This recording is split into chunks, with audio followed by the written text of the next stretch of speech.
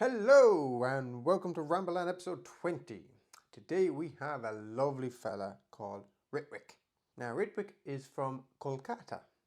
For those of you who don't know, although you all should know this, Kolkata is a massive city in India. I sat down to talk to Ritwik about what life is like growing up in India, what it's like going to school in Kolkata, to sort of craft an idea of what life is like in India. We have an excellent conversation. Ritwik is really engaging. He's a really nice fella to talk to. He's got a real mannerly, polite, respectable way around him, but he makes you laugh. He's just genuine. It was so much fun talking to him. But it's also so mad because he went to school in Kolkata, but yet his headmaster or principal, as we recognise it, was an Irishman called McNamara, who, as we know about the industrial schools in Ireland, was physically abusive towards him and the other students. Like, they regularly got beaten. And you sort of think, well, how could anything good ever come of these schools? But Ritwik talks very highly of his school. He attributes a lot of his success and his manners and his courage in the way he tackles life. He attributes to his school. And that's something you never hear an Irish person say. You never hear an Irish person say, I owe everything I have to my secondary school. You just don't. Ritwik hasn't had a straightforward life in anything. Ritwik's life has been up and down, with some really bad lows, some very serious illnesses, getting meningitis. He's had his skull cut open to relieve the swelling in his brain. He has chunks of memory just missing from when he was ill. He's had infections off holy rivers. He's had life plans altered. He's had major events that he's tried to plan himself crumble in front of him outside of his control, where he would have lost all his time, his money, his effort. But he's got this wonderful, balanced personality that just takes everything as it comes, and there's a lot to learn from him. And one of the main reasons I got him on is because he was planning a big festival up in the mountains called Music in the Mountains, and we talk about that. But that was supposed to take place in April, and we're now towards the end of April. And I did this conversation with him back in probably February. Actually, it was February. And he was up in Darjeeling speaking to the government, trying to see if he can get this festival going. This is the second year he's tried to run this. So in the podcast we talk about it because it hasn't happened yet and he's still working towards it. Spoiler alert, I can tell you once again, as second year in a row, the rug was pulled from under him by local authorities up in the mountains. And I've been in communication with Ritwik since the podcast. And as he's done with everything else he's had in life, he just, so be it, accepted it. And he's moving forward with his next project, which is a book he's working on, which we don't talk to the very end. And he's also aiming to be in Glasgow in September to go to college to study psychology. What a man, what a life. So we talk school, India, culture, sports, big into soccer, writing, music. We talk about so many different things. So I hope there's something in there for you, and I hope you enjoy it when you go to watch it. At the very least, Ritwik is an excellent example of how, like water, you move around the rocks. And things can get turbulent and rocky, but you just steady Eddie, you keep going. So, Rambleland episode 20 with Ritwik.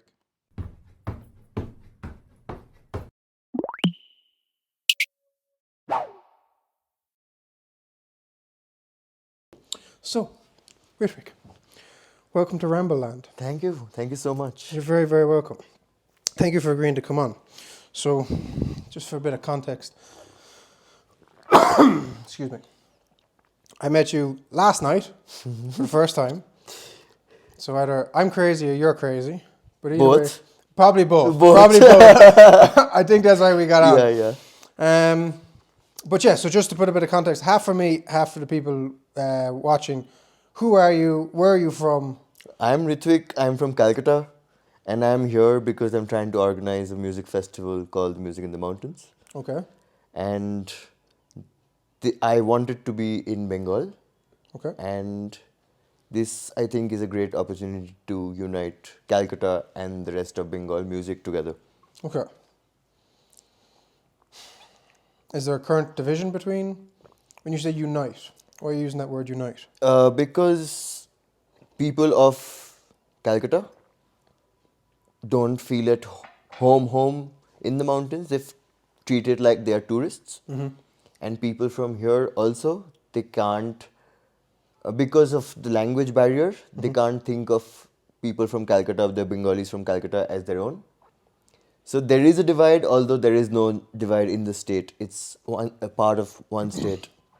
I didn't know there was a language barrier? Yeah, yeah. Because people up here, what, mainly speak Tibetan? Nepali, Hindi, English, and in people in Calcutta mainly speak Bengali, Hindi, and English. And very different. Yeah, Okay. the English is the common ground, and when we Bengalis from Calcutta speak Hindi, you know from a mile that this is a Bengali speaking Hindi. So yeah, and it's nobody's to blame, but it happens both ways. Like I've stopped Bengalis from littering Darjeeling this time, and and that feels weird that most of us don't think of this as home. You mentioned a good point there, the littering. Yeah, It is a thing I've only noticed when they Yeah. come up from the lowlands. yeah, Dude, it drives me flipping bananas. same. And we were beaten up in school even if we were missing the dustbin, trying for the dustbin, and it was ending up near the dustbin. We were slapped and then sent to pick that wrapper up and put it into the dustbin. And I thought that was everybody. I was just about to ask you, was that a common practice among schools to be very strict on littering? I thought so. Clearly hasn't stayed with most of us. So why is it that most people don't care about littering? Because there's actually a collection of behaviours of Indian ways that I had to get used to. And I was only discussing it with Dawa earlier. One of the things that drives me bananas is the queue skipping. Oh yeah. They will not wait in line. And also the other extreme exists where you don't need to queue, but everybody just wants to queue.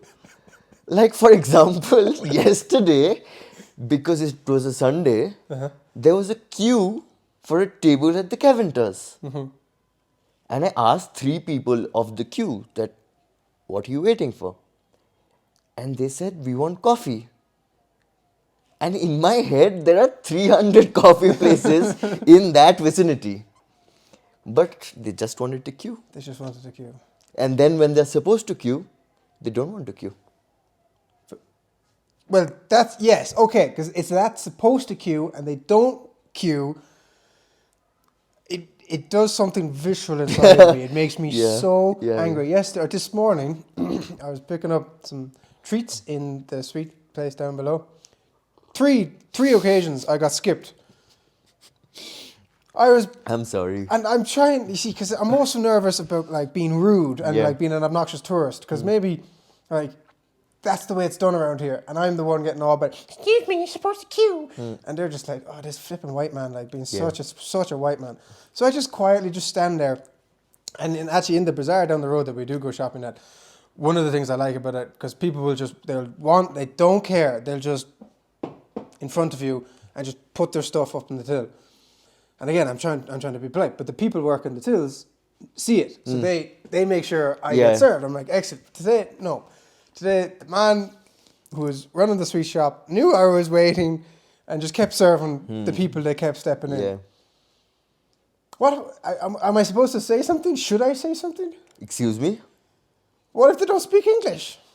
Excuse me, sorry, please, thank you, everybody understands. Even if they pretend to not understand. Yeah, but that's what I'm afraid of, is that I'm going to end up in this pretend fake match where I'm like, sorry, you skipped me, and they go, oh, what? And like, you skip me, and they just sort of look around and shrug and continue, and I'm just like, yeah, right, she's a 60-year-old woman, I can't hit her. It's very convenient.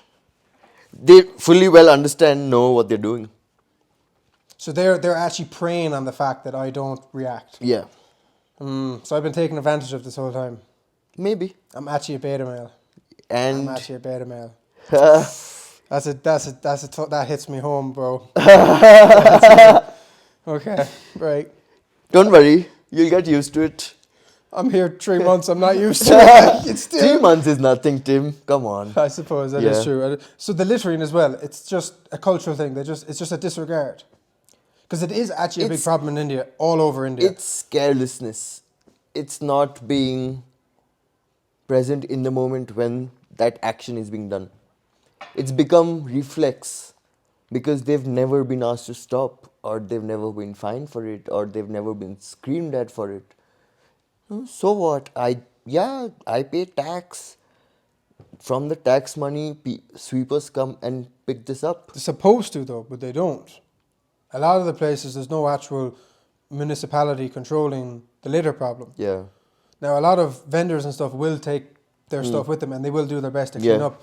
And I do know that where the communal dumping spots are, like they fill up during the day and magically they're empty when you come back the next Yeah. morning. So there are people coming around at night. Yeah. But it's not an active litter picking mechanism. Like, so anywhere that's slightly hard to reach Yeah, will just yeah. fill with litter. Yeah, yeah. The drains will just fill with litter. But I was thinking whether we do the same when we are in our hometown, in our city, or whether we only do it when we are away.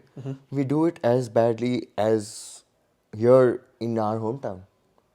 Like I've seen millions of people comb their hair, take out the broken hair from the comb, and toss it from the veranda.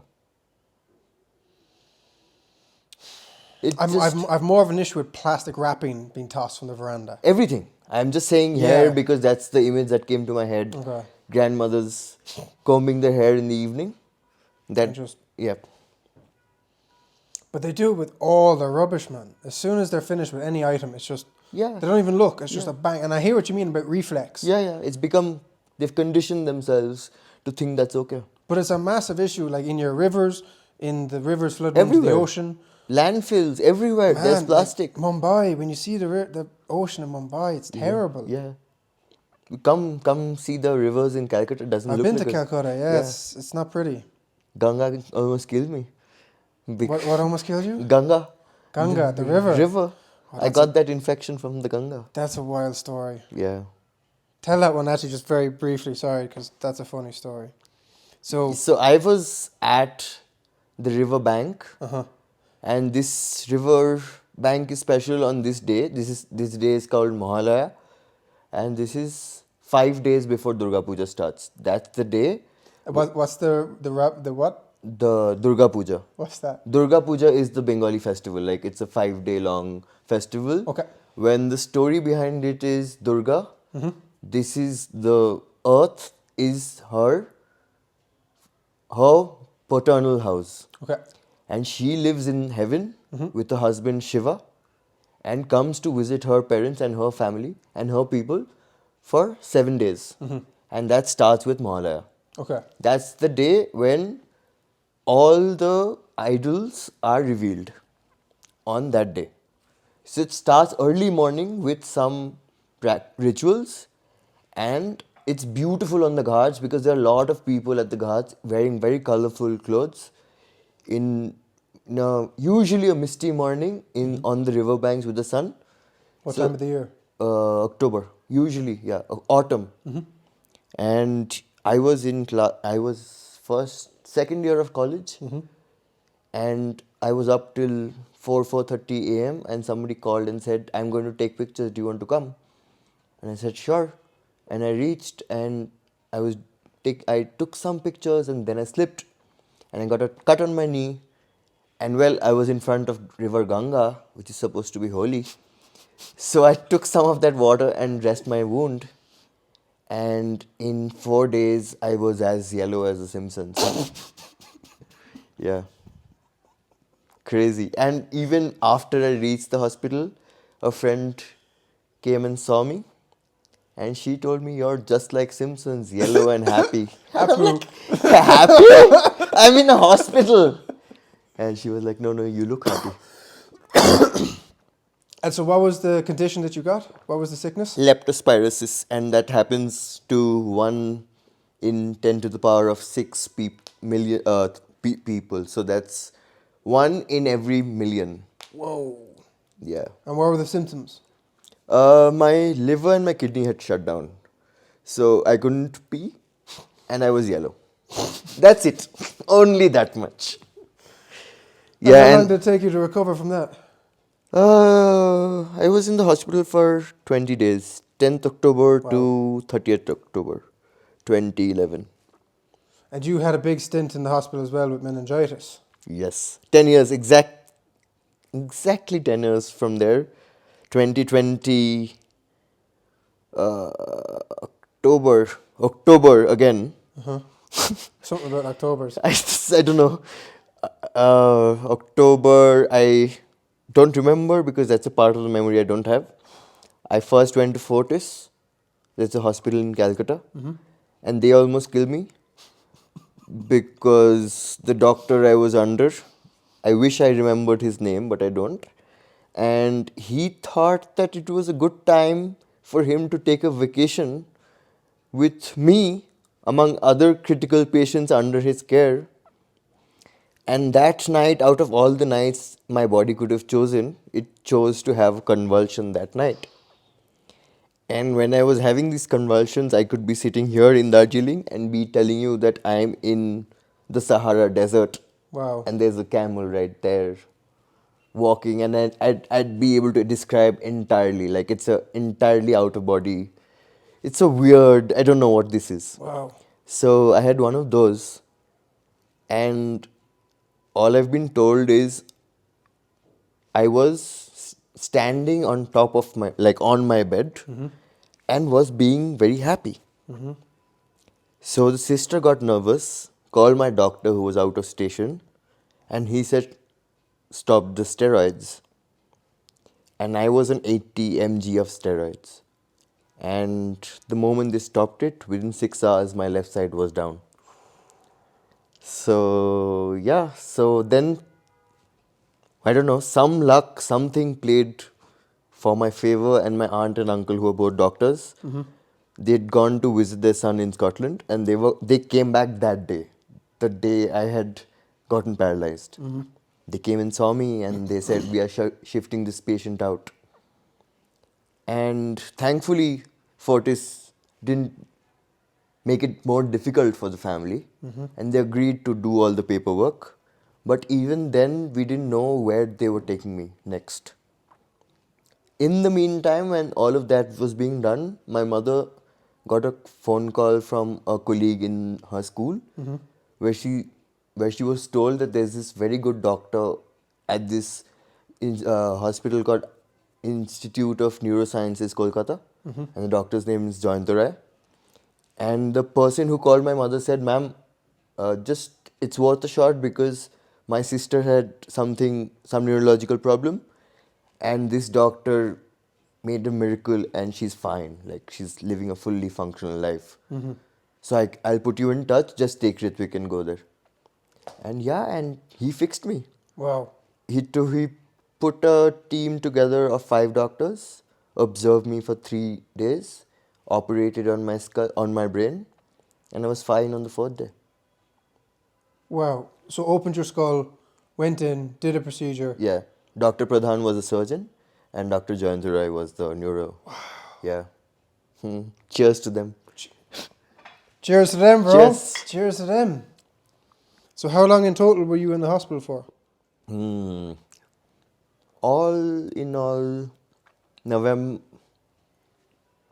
October, or was it November? November of 2020 to January of 21. Whoa. Yeah, so 2 months, exactly 2 months, 60 days. And then 3 months of bed rest, and then I was fine. It was crazy, like, the first time I tried playing football, I knew what I wanted to do, but my body had forgotten. So any turn that I was also using a fake for, after the fake, I couldn't come back. Like, the body would just BAM! Like, I was like a drunkard. I fell 7 or 8 times that first day I tried to play football, and I thought, will I never be able to play football again? But it got better the second time, got a little better the third time, and now it's fine. You had to relearn how to move and how to... Yeah. The balance part of the brain was affected.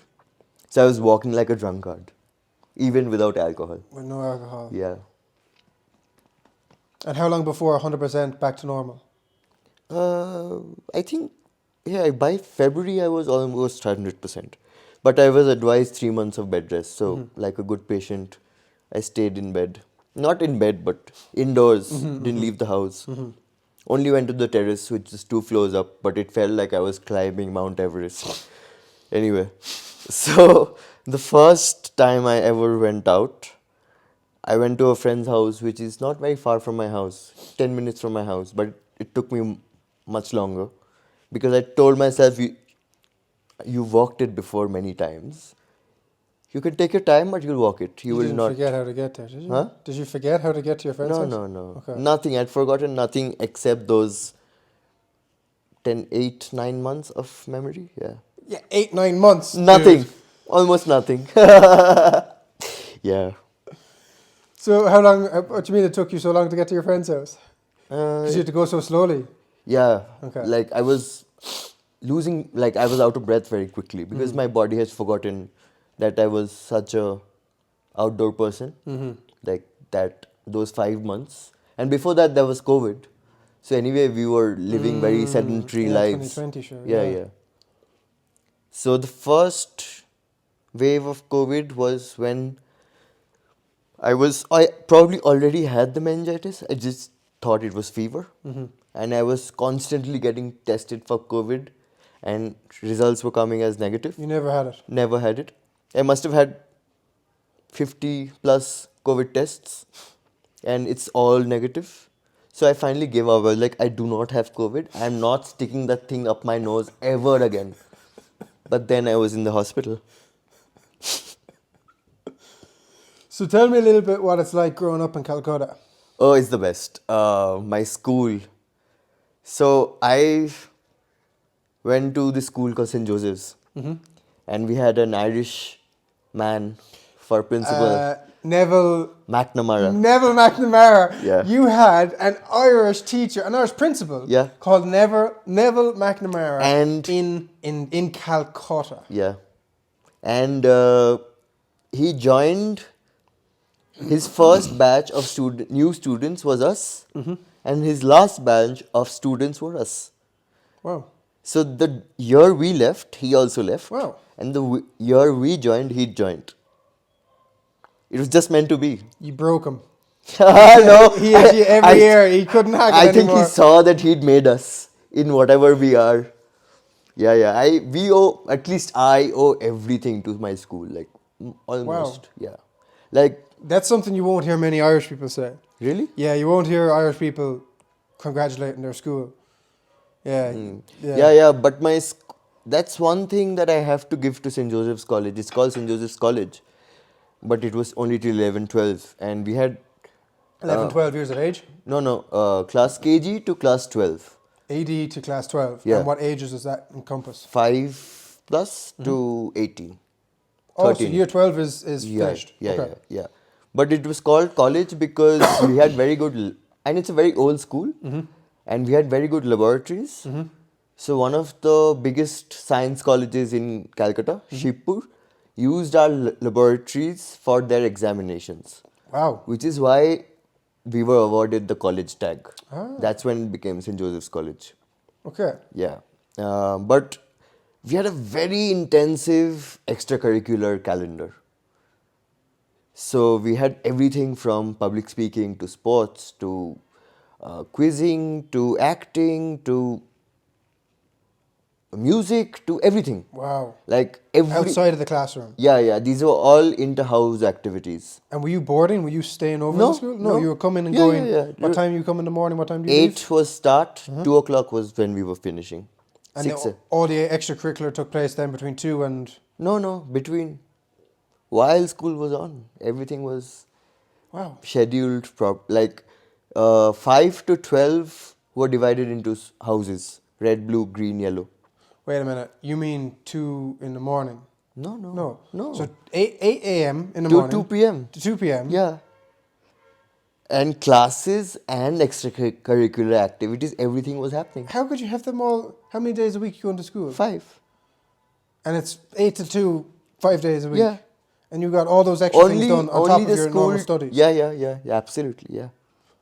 Like, only if we were playing or representing school, the school team practices happened after school. But nobody had to stay back in school for any extracurricular activities at the house level. Wow. Yeah, it was incredibly managed. And so from 5 years of age, you start getting all these extracurricular activities? Yeah, but we only started competing with people from other classes, only from class 5. Otherwise, it was just your class. So KG was competing with KG. So till class 4, you compete only with your class. From class 5, you get put into one of the 4 houses, and then it becomes an inter-house, and there's a cock house with all of the points being calculated. And A bit like Harry Potter. yeah, very. Yeah. Because is that based on the English system? So Yeah, it is. okay, It is. it is the English system. It's because the foundation who started our school, this was their first school in India, our school. But St. Joseph's, that would have been a Catholic foundation. Yeah, it's the Christian Brothers Foundation. Okay. It was founded by Edmund Rice. I don't know which year. Yeah, I'm familiar with him. Oh. Yeah. Oh, so and I finished school in 2010, and this is 2023, and I still have. It's my favorite institution ever. Wow. Yeah. And did you have to do all the extracurriculars? No, you could choose. What did you specialize in? Before I reached class 5, I already knew I could do creative writing, spelling bee, and play sports. And then I also did some debating and extempore and all of those public speaking things. Yeah. I think by class 7, I knew these were the things I'm good at, and these were the things I'm not okay. I'm not. They're better people. So let's let the house win. So we'll get the best people to do the best thing. And so why do you think the school set you up? It's because I probably would never have known what I'm good at without the extracurricular competitions. Okay. Like, I used to be an introvert, and all my report cards till class 3 say that needs to talk more. And then now look at me. I can't get you to shut up. Exactly. And yeah, I owe everything to Mr. McNamara and St. Joseph's. And you said last night that they hate you. Yeah. We got trashed. Yeah. But you have no resentment. No, you don't think that they should change that. No. Now it's not. Now it's changed. So now they don't. No, now they can't. Do you think that's a good thing or a bad thing? I feel jealous almost of everybody in my school who are not getting beaten up. Because we were getting walloped. Like in class 12, I got slapped and my prefect badge got confiscated because I got caught eating tiffin in class. Wow. Yeah. It wasn't even committing a crime. Yeah, that's disruptive. Like just. And it's crazy that the teacher, we were having a Bengali class, and the teacher knew that we were eating, and she didn't have a problem. So who had the problem? The principal was on his round. I was stupid.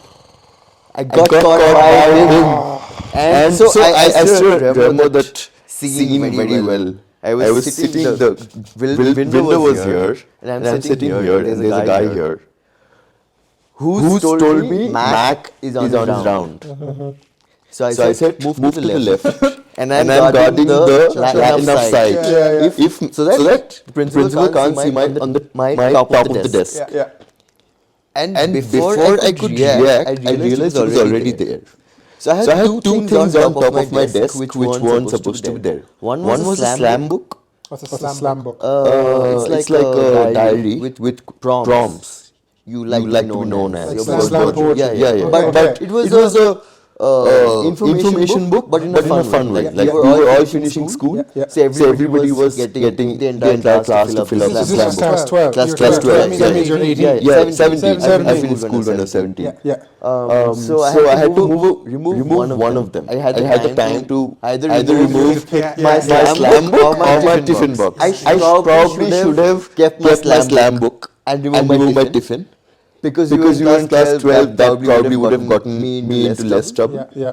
But anyway, either one shouldn't have gotten you into that much trouble. Well, I knew it would have. That's why I knew I had to hide them. Yeah. I knew I was in trouble. But anyway, the principal passed my window. Even then, I had time to put my tiffin box in. But me being the optimist I am, thought danger averted. And he came back. And he excused himself from the teacher. Yeah. Hey, Dava. Hello.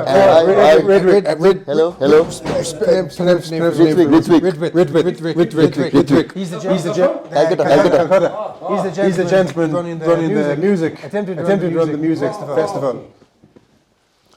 So he comes back. He comes back and he excuses himself. And he asks me, is that your tiffin? I said, yes, sir. Were you eating it in class? I said, yes, sir. Because the fork is wet with cheese from the pasta. I can't even pretend like, no, I haven't touched it. And he was on that side of the window. I was on this side of the window. And slaps me from that side. And I see the slap coming because his face used to change before slapping. So the moment his face changed, I started going back like little bit bracing. Yeah. So that reach. So obviously because he had to reach, power wasn't that much. So I got slapped and I thought it was over because we always had the rule of one crime, one punishment. But then he said, hand over your prefect badge. And I looked. And he said, didn't you hear me? Hand over your prefect badge. I said, Ritwik said, please hand over your prefect badge. And I'm like, that was it. And you never got it back? No, we got our badge photograph. Okay. Without the badge.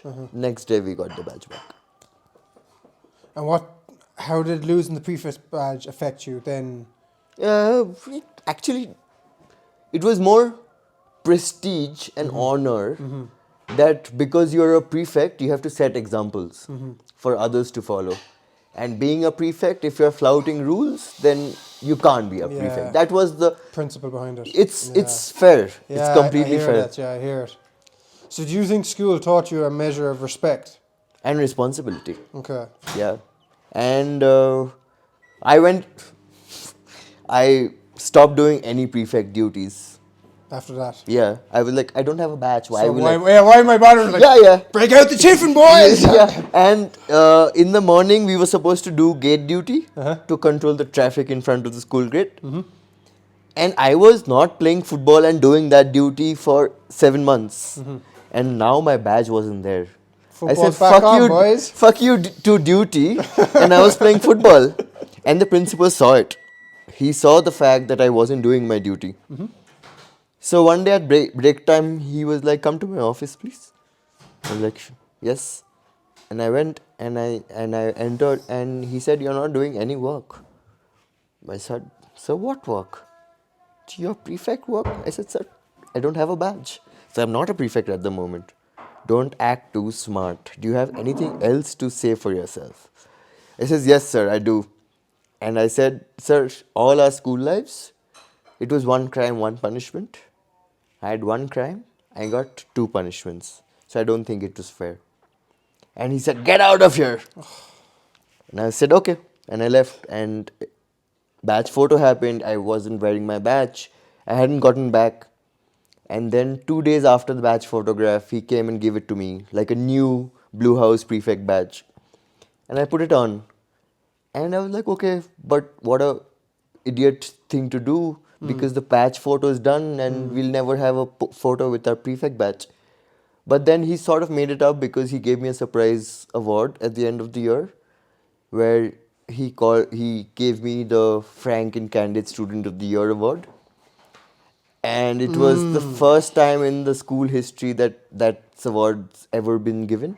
And he narrated this story to the school at the assembly. And even when he said Ritwik Sen, I was like, no, not me. My other prefects were like, bhai, your award, he's calling your name, run. I was like, my award? And he was like, yeah, that story is yours. So yeah. And when I went up to collect that award, he shook my hand and he said, keep your honesty within the school gate. The outside world is not a kind world. That was good advice. But I haven't taken it. I'm like, if I could survive your slap, I will survive the world. Yeah. Right, so if you're finished at 2 o'clock, What do you spend the rest of your evening doing? Oh, I I used to just run home because at 3:45 we were going to play football at the neighborhood field. So every day, without fail, 3:45 I was at the field, again playing. And that field is also an interesting story because we had to start on the street outside the field because we were too young to play with the guys who were playing. They were 7, 8 years older to us. And we started with cricket on that road, and we slowly went to football. And then one of us, two of us, three of us started joining the senior group. And then eventually that field became ours. And the seniors would come and play against us and would lose every day. Ah, And yes. then it became our field, yeah. That's called Bahuagan. It's one of the famous puja pandals of the city. Puja? Durga Puja. What's Like, that? it's the festival, the Oh, yeah, autumn. yeah. All the neighborhoods have one puja, and they're all differently themed. So every neighborhood has a themed pandal. Like, pandal is that structure that they build with cloth or whatever. Yeah, but now they've ruined that field because they've converted it into a water reservoir. So field's gone. Yeah, nobody can play. And was that field beside the river? No, there's no river there. There's no river, underground, okay, so underground water. So but the festival that you mentioned involved the river. No. Oh, that's Mohalaya. Mohalaya is the beginning of the festival. Oh, okay. On that day, people go and pray for their forefathers who've died, their souls' peace in the river. Okay. That's why a lot of people assemble at the river. I see. Half-clad people. And those Yeah. those scenes that you see of everyone going into rivers like the Ganges. Yeah. Is that all that? Is that the same festival, or is like rivers play a big part in a lot of festivals? Yeah. Ganga, I think, yeah, it should be the same because in Bengali it's called Torpon. I'm not sure if that's what they do. They put the holy thread around their ear and they take a dip for each forefather that they're praying for. Okay. So if you're praying for 20 forefathers, you have to take 20 dips. I'm not dipping once also in that river ever again. Yeah. My family stopped using Ganga water entirely. After you got sick? Yeah. My grandmother, who's now 90, uses AquaGuard water. Because if this water could kill my grandson, I don't want to give it to my god. So everything in our household, all pujas are done with AquaGuard water. Just the bottled water. Yeah. Filtered water. Filtered water. 21st century gone. Instant gratification and all that. It's so funny how water is such a big focus in a lot of religions, because in Catholicism, particularly with the older Holy Catholics, water. Holy water. Yeah. They'll carry that bottle in their car, in their person, wherever they go. Holy water now. Holy water. And it's bloody tap water that the priest filled in the back of the church and sold for €20. It's so funny how that is. That's something symbolic about. That's why I think source of Shakespeare life. wrote, no? Water everywhere, not a single drop to drink. So, Water everywhere, not a single drop to drink. Was it Shakespeare? It should be. I'm not sure. Yeah, let me check. Yeah. So anybody listening to this, please don't drink Ganga water. Please don't drink. Right, so after school then. Oh no. That was how you spent. Well, we'll get to actually after school, but so most of your time was spent playing soccer and stuff. Yeah. Were you required to work at a young age, or? Yeah, I did have a summer job. We were required to do 4 weeks of an internship. From what age? In class 11, so I was 16. That's okay. That's roughly the same as Ireland. So you never. So obviously, like child labour is a big issue in India. No, it wasn't. Yeah, well, we could choose what sector we wanted to work in. Okay. And I chose event management for some reason. But yeah, event management was a strange one. But you suppose you were shaping your interest. You knew what you wanted. Yeah, probably. And even if it was a low resolution image of what you wanted, you were beginning to head down that route. Yeah.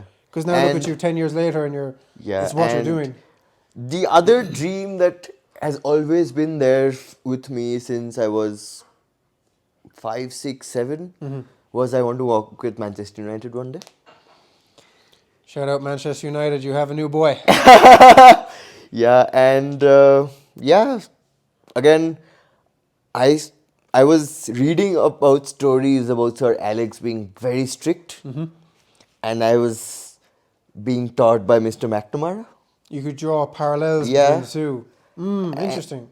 And when there were friends who didn't agree with something that either Sir Alex or Mr. McNamara had done, they were always the rest of the class jumping at their defense.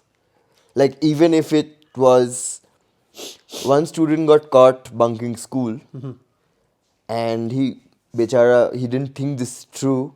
He didn't change his uniform. He went to a cinema hall, not very far from our school. And the manager of the cinema hall called our school and asked for the principal and told the principal that, sir, there's a student of your school in the hall watching a film. And our principal apparently asked, is there anybody else with him? Yes, sir, one girl, but in colored clothes. We don't know which school she's from. And he said, don't worry, don't tell them anything, I'm on my way. And the cinema was paused, lights were turned on, and he was brought back to school. Surely he got a hiding. Did he get a thrashing? I'm sure he did. He Must never. have, like, if you got a belt for eating a bit of tiffin, he surely got his ass handed to him. But somehow, for such outrageous acts of whatever, bad discipline, he never really beat anybody up. It was these small acts of... Small corrections he was making. Yeah. If he thought it was too big, just let it pass. He maybe called the parents, had a chat, suspended. But he really chose his students well. Who could take what? They would get only less than that. Like, we had a rugby player in our class. The way he got slapped, none of us got slapped like that. He got big slaps. Yeah. Because the principal probably knew that he'd be able to stand up straight after that slap. We wouldn't. He's called Jade. I still tell him till this day that, why were you still standing up after the 7th slap? And he said, because nothing was happening, bro. And I'm like, Jade, act for your own safety. Yeah. Like a possum, play dead. Yeah. 7 slaps. Nah, he's probably gone. He's probably capable of standing up even after 20 and smile at you and say, thank you. And he can really, if he wants to get on your nerves, it'll take all of 10 minutes for him to get on your nerves. Like, he can be sarcastic, he can be rude. He knows how to push buttons. Yeah, and he's very Anglo-Indian. Like, he's Jade Chow, and he's the one who first gave me a hairstyle with the spikes. A mohawk. Mohawk. Mohawk. Yeah, a mohawk. No way. Yeah. And he said, listen. Oh, his language colourful. His punctuation's fucker. Yeah, and he said, yeah, you bong bastard. Do something with your hair. I said, what am I supposed to do with my hair?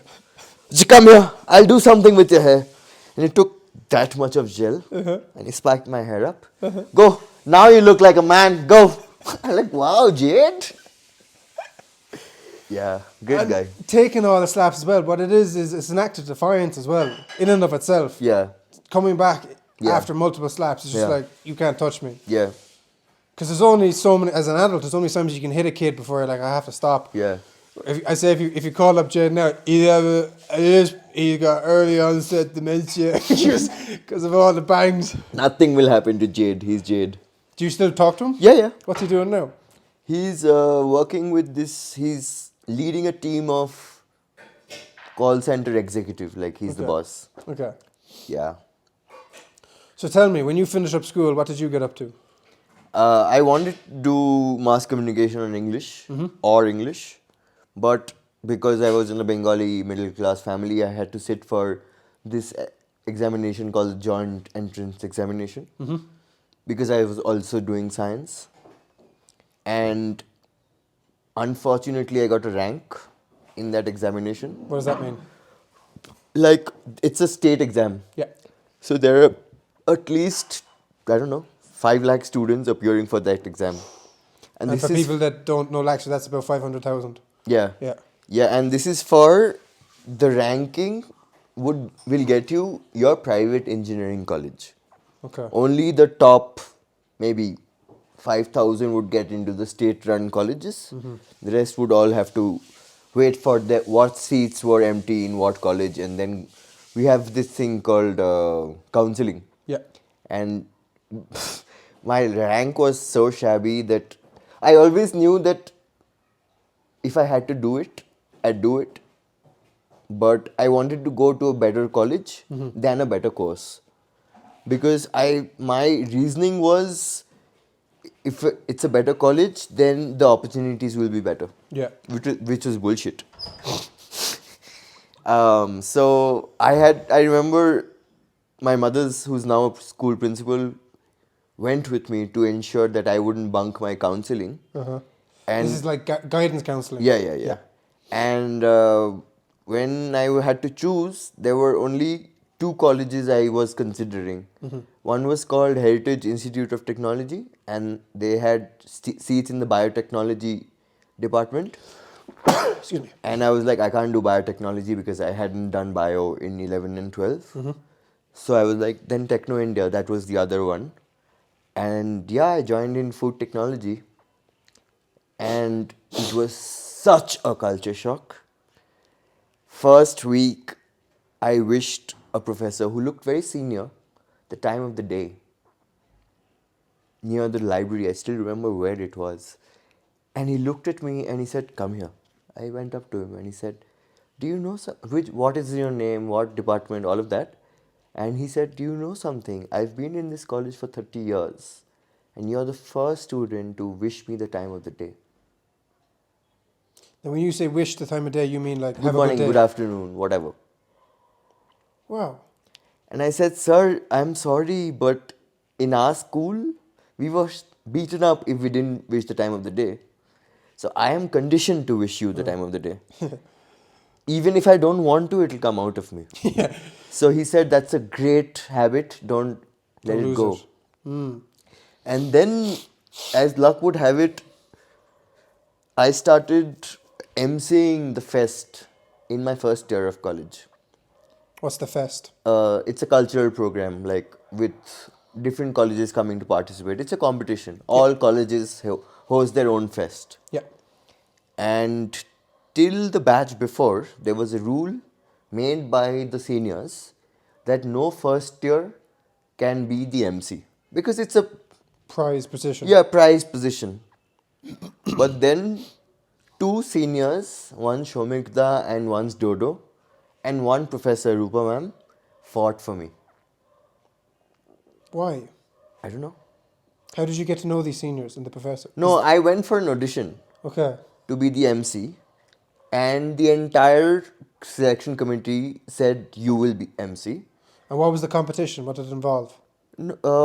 We were given an extempore topic and we had to talk on it. Okay, so like a mini debate or a presentation. Yeah. Okay. And there were 3 professors and 10 seniors who were judging who would do what.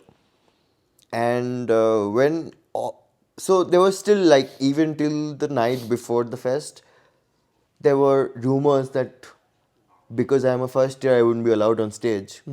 And then a senior at 10:30 p.m. told me that please have a haircut before you come tomorrow, because with this hair you can't go up on stage. And I said, there's no way I'm getting a haircut because it's 10:30 p.m. There's no saloon open, and tomorrow morning 9 o'clock I have to report. There's no way I can get a haircut. And he said, okay, you choose. Otherwise, then you're not going up on stage. I said, okay. So I went without the haircut, obviously, because I like to do these things. Because I'd faced McNamara. What am I scared of this senior? So I was sitting in the second row of the chairs, and rest of the MCs and the professor was on the stage, and I wasn't on stage. And Rupa ma'am on the mic said, "Ritwik Sen, where are you?" I raised my hand. "Why aren't you on stage?" I said, "Ma'am, seniors asked me to not get on stage." "Which senior asked him to not get on stage? Get up on the stage right now." And I go, and the seniors don't say anything. And what sort of haircut did you have? No, nothing. Like this? Yeah, like this, yeah, on my face. So was it longer? No, it was about this. Some ragging, it's some form of ragging. So that was it. That was the last time any senior ragged me. Wow. Yeah, that one moment. You were secured then after Yeah. that. And were again, were you the first year ever to get that position? yeah, we were 2 first years in that year. We broke it. We broke that forever. Wow. Because when we were in second years, we ensured that there was another group of first years who were also emceeing with us. So you kept the habit Yeah, that yeah, you yeah, broke it yeah. and then you allowed other people Yeah, to come through. yeah. Nice.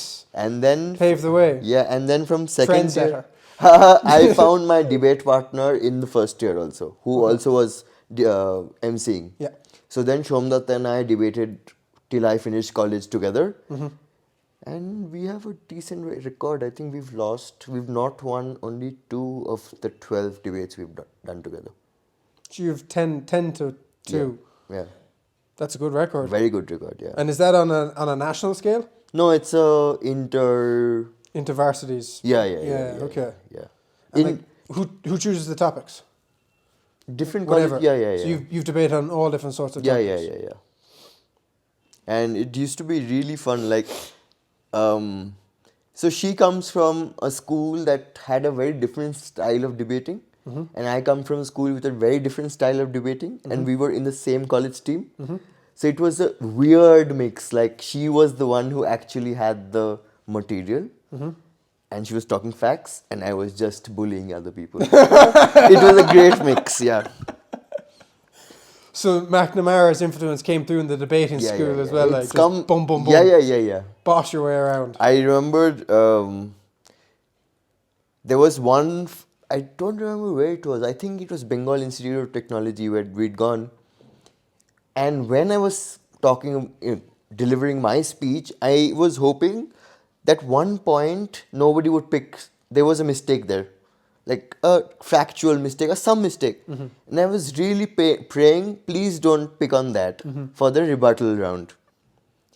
And the guy who picked on that used to be a classmate from school. And he never made it to the school debate team, but he was debating for his college. But he picked on that point, but his question was far too long. And my answer, and the rule was there was no cross questioning to keep it going. So he finished a 4-minute question, and I said, "Sorry." That was it. I didn't get you, not my fault. And we won that debate. Very simple, very Ritwik. Yeah. And then Shomnath, like my debate partner, 2 debates after that, we were in Heritage College, and for that one particular debate, she hadn't prepared very well. So she got a bad question, and she said, "Sorry, but I didn't get you." And she looked at me, and I was like, "High fives!" Yeah. So you were in college for how many years? 4 years. Doing not biotech, but Food technology. food technology. Yeah. And did you do anything with that after college? No, I bunked the campusing day. Why? Because I knew this wasn't for me. Oh, so importantly, first year, I was convinced that this is not for me. And this same teacher who was getting me out of trouble, her first class, she asked us to introduce ourselves and say one sentence about ourselves. And I said, "I'm Ritwik, I come from St. Joseph's, and I hate engineering and I can't wait for it to get over." It wasn't even 1 week into the course. And she said, "You meet me after class, please." She knew that moment that she had to take me under her wing. So I was in that phase where I was constantly telling people at home that this is not for me. I can't do this. I can't imagine spending 4 years doing this nonsense. And then have to do it for the rest of your life. Yeah, and then have to do for the rest of the life. And And you're about 18 years of age, 18, 19? yeah, 17 going on 18. Yep. And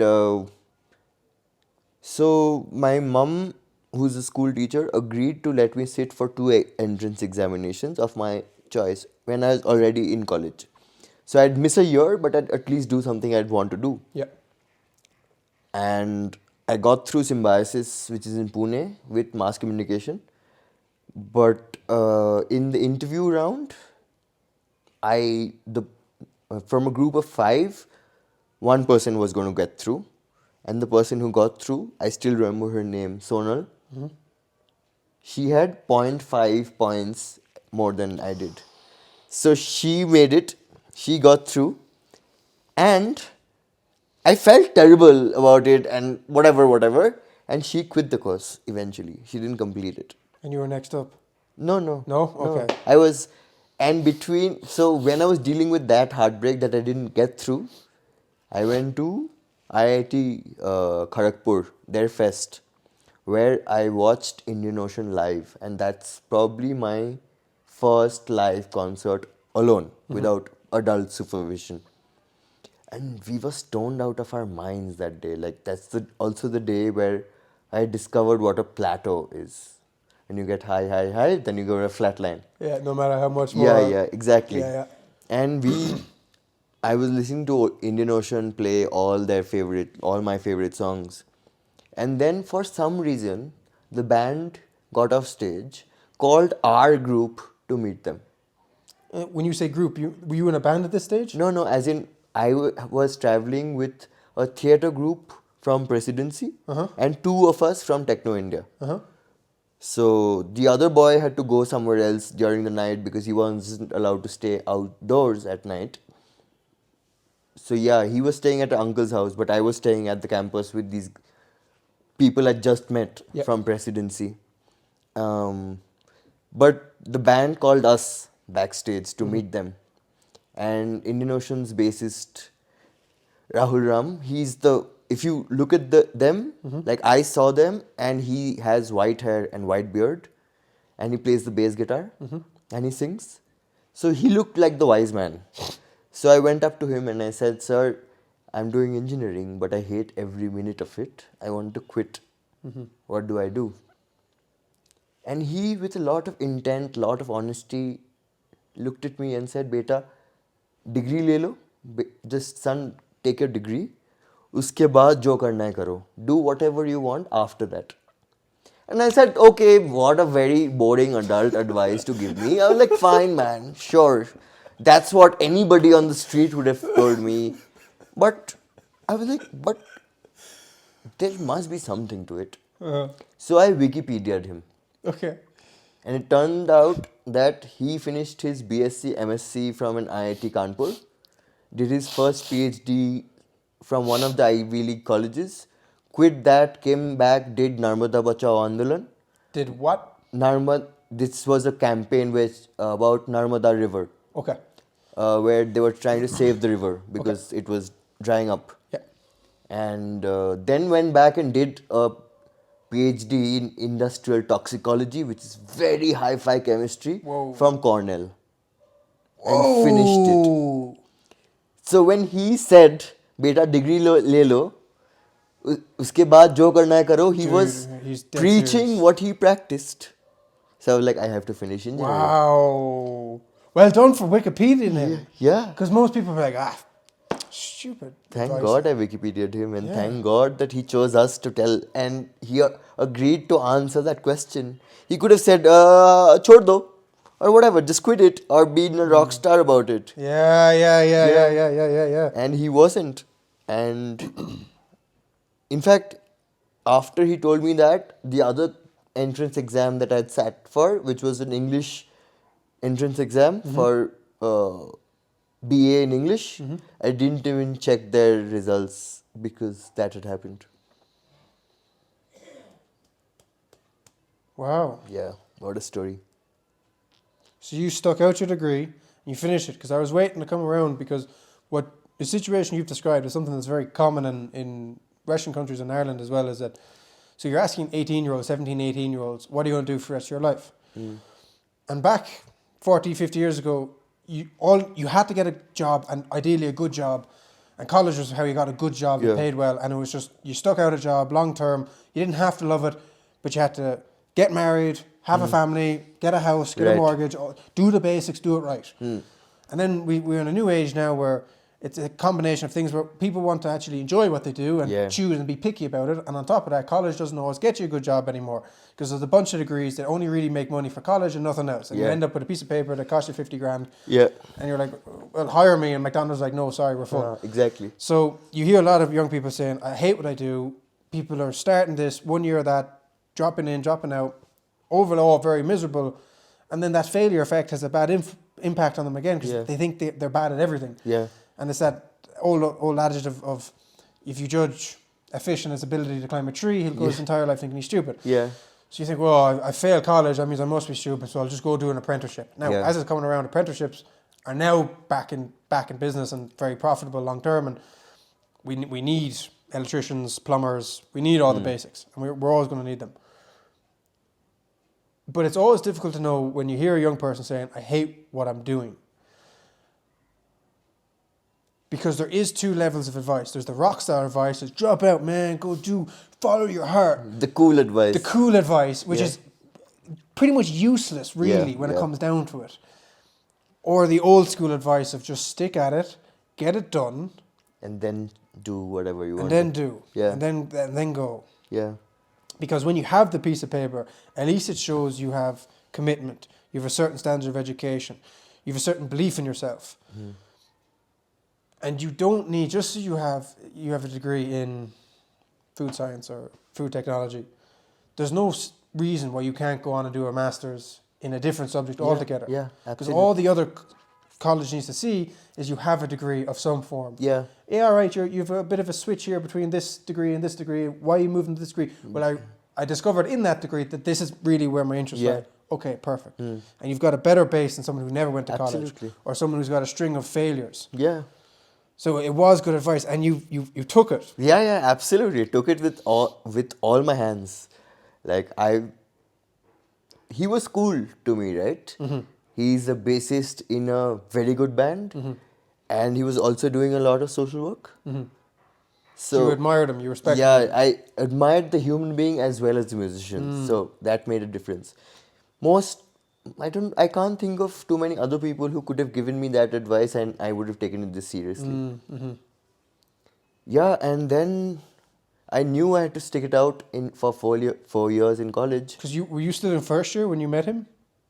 Yeah. Yeah. I was just 18. You were staring down the barrel of a long 4 years. Yeah. I was just 18. Like, it was in January and I turned 18 in September. Yeah, but it just worked out. And So just for people who wouldn't know, pardon me, how successful or how famous are Indian Ocean is one of the biggest in India? Yeah. So in a population of 1.4 billion people, if they're one of the biggest, it means they're mega. Yeah, they're mega. And why did he call your group? I don't know. Probably because we are so high. And what sort of high? Weed. No, yeah, okay. Everything, alcohol also. Because we'd plateaued on the THC.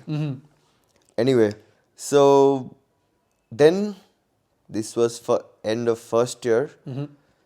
Then 2011, I went to the hospital. I went to the Ghat and then I went to the hospital with leptospirosis and my... Okay, so that was that.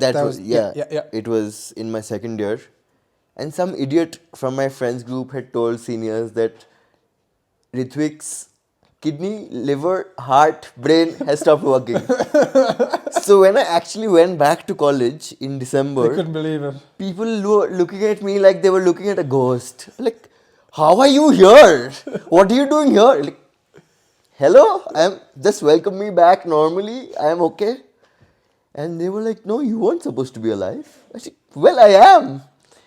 Yeah, and then I actually got fortunate because December I went back to college And January, I interviewed with Red Bull for the student brand manager position, and I got my first internship ever. Wow. Yeah, and it was very well paid for that time. Well, that's a big brand to get it with. Yeah, first. And I've just realized it a month back that I've never used that internship on my CV. I don't know why. It's not even on your CV. No. I recently met my boss and I played football with him, and that's when it clicked that, what the fuck have I not been using it on my CV? But yeah, what a great time Red Bull was. And then while Red Bull was, it was a 1 year tenure. When I was on my 8th or my 9th month, I got a job with Telegraph as a student. Telegraph. Telegraph, the newspaper. Wow. Yeah, their daily supplement, T2. Wow. Yeah. And that also happened by chance because I got a call. A friend was there in the T2 team, campus team. And they were looking for somebody who hates Salman Khan. And she knew I hated Salman Khan. What's Salman Khan? Salman Khan is this actor of Bollywood. Okay. Bhai. The Bhai guy. Anyway, so she texted me saying, do you want to watch a Salman Khan cinema? I said no in capitals and sent back. Then somebody called me and said, hi, I'm calling from the Telegraph. Do you want to watch a Salman Khan film? I said, no, I just told Shrestha that I don't want to. But if Telegraph pays for it, do you want to? I said, no, still don't want to. And then she said, if Telegraph pays for it, then we call you in for a talk. Do you want to watch it? I said, okay. And how did you have that contact initially? so they were looking for somebody who didn't like Salman Khan. But the girl that first asked you to go watch the movie, how did you... She's a friend from Presidency. He was also on this Springfest trip. Yeah, That's yeah. where we bonded. Yeah. Anyway, so finally the tickets arrived and I went to that cinema. It was a 3-hour film. Oof. And I left in 15 minutes. You're like, give me my meeting. I've been there now. I want to have my meeting. Yeah. And then I reached the Telegraph office at 6 and I realized that I was the only guy who was anti-Salman Khan and I was going to debate against 5 fanatic fans of Salman Khan. I'm like, oh, this is fun. I should have just done this and not watched the movie at all. So then the talk went very well and I think I sort of won that debate. 5 against 1. Yeah. Because I was saying things like, yeah, great film, but couldn't sit for it for beyond 15 minutes.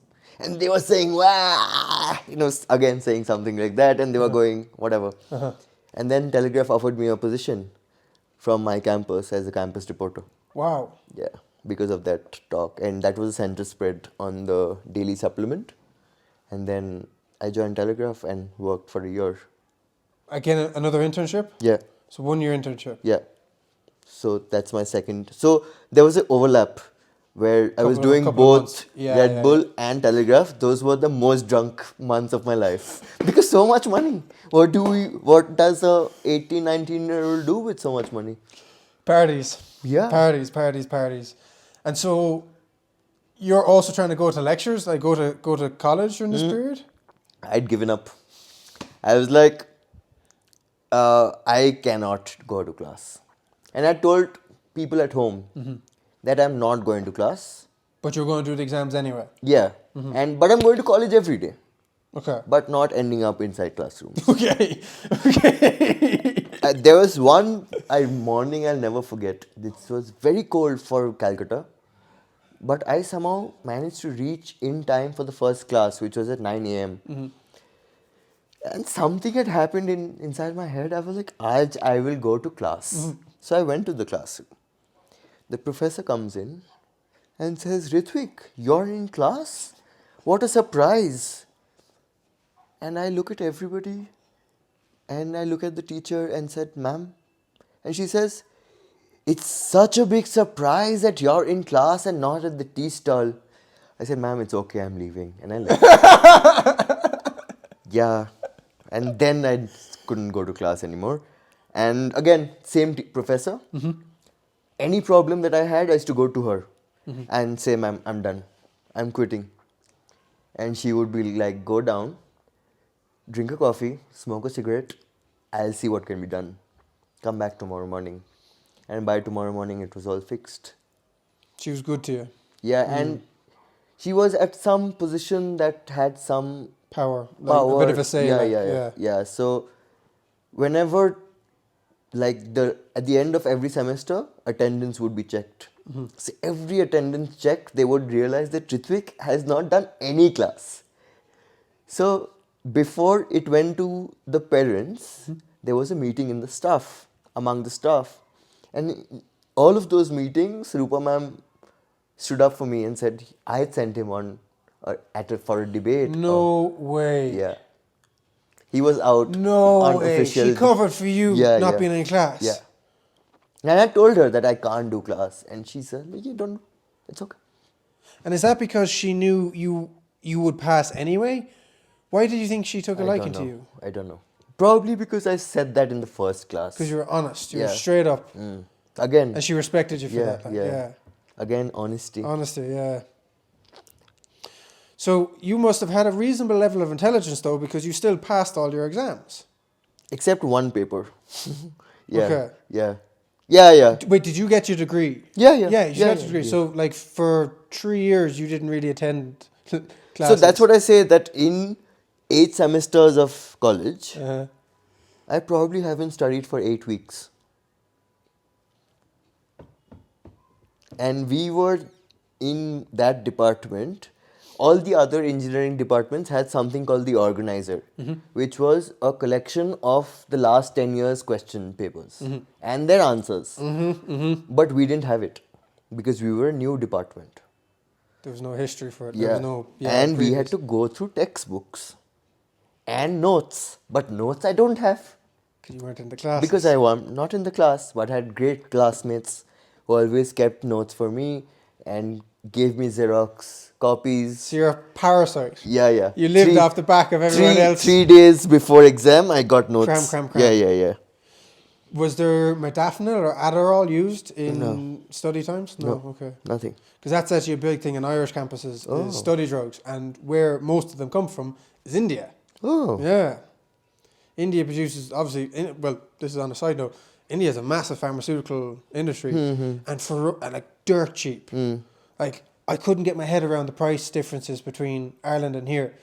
So, like, there's a esomeprazole is a anti-acid sort of, and it's a protein pump inhibitor.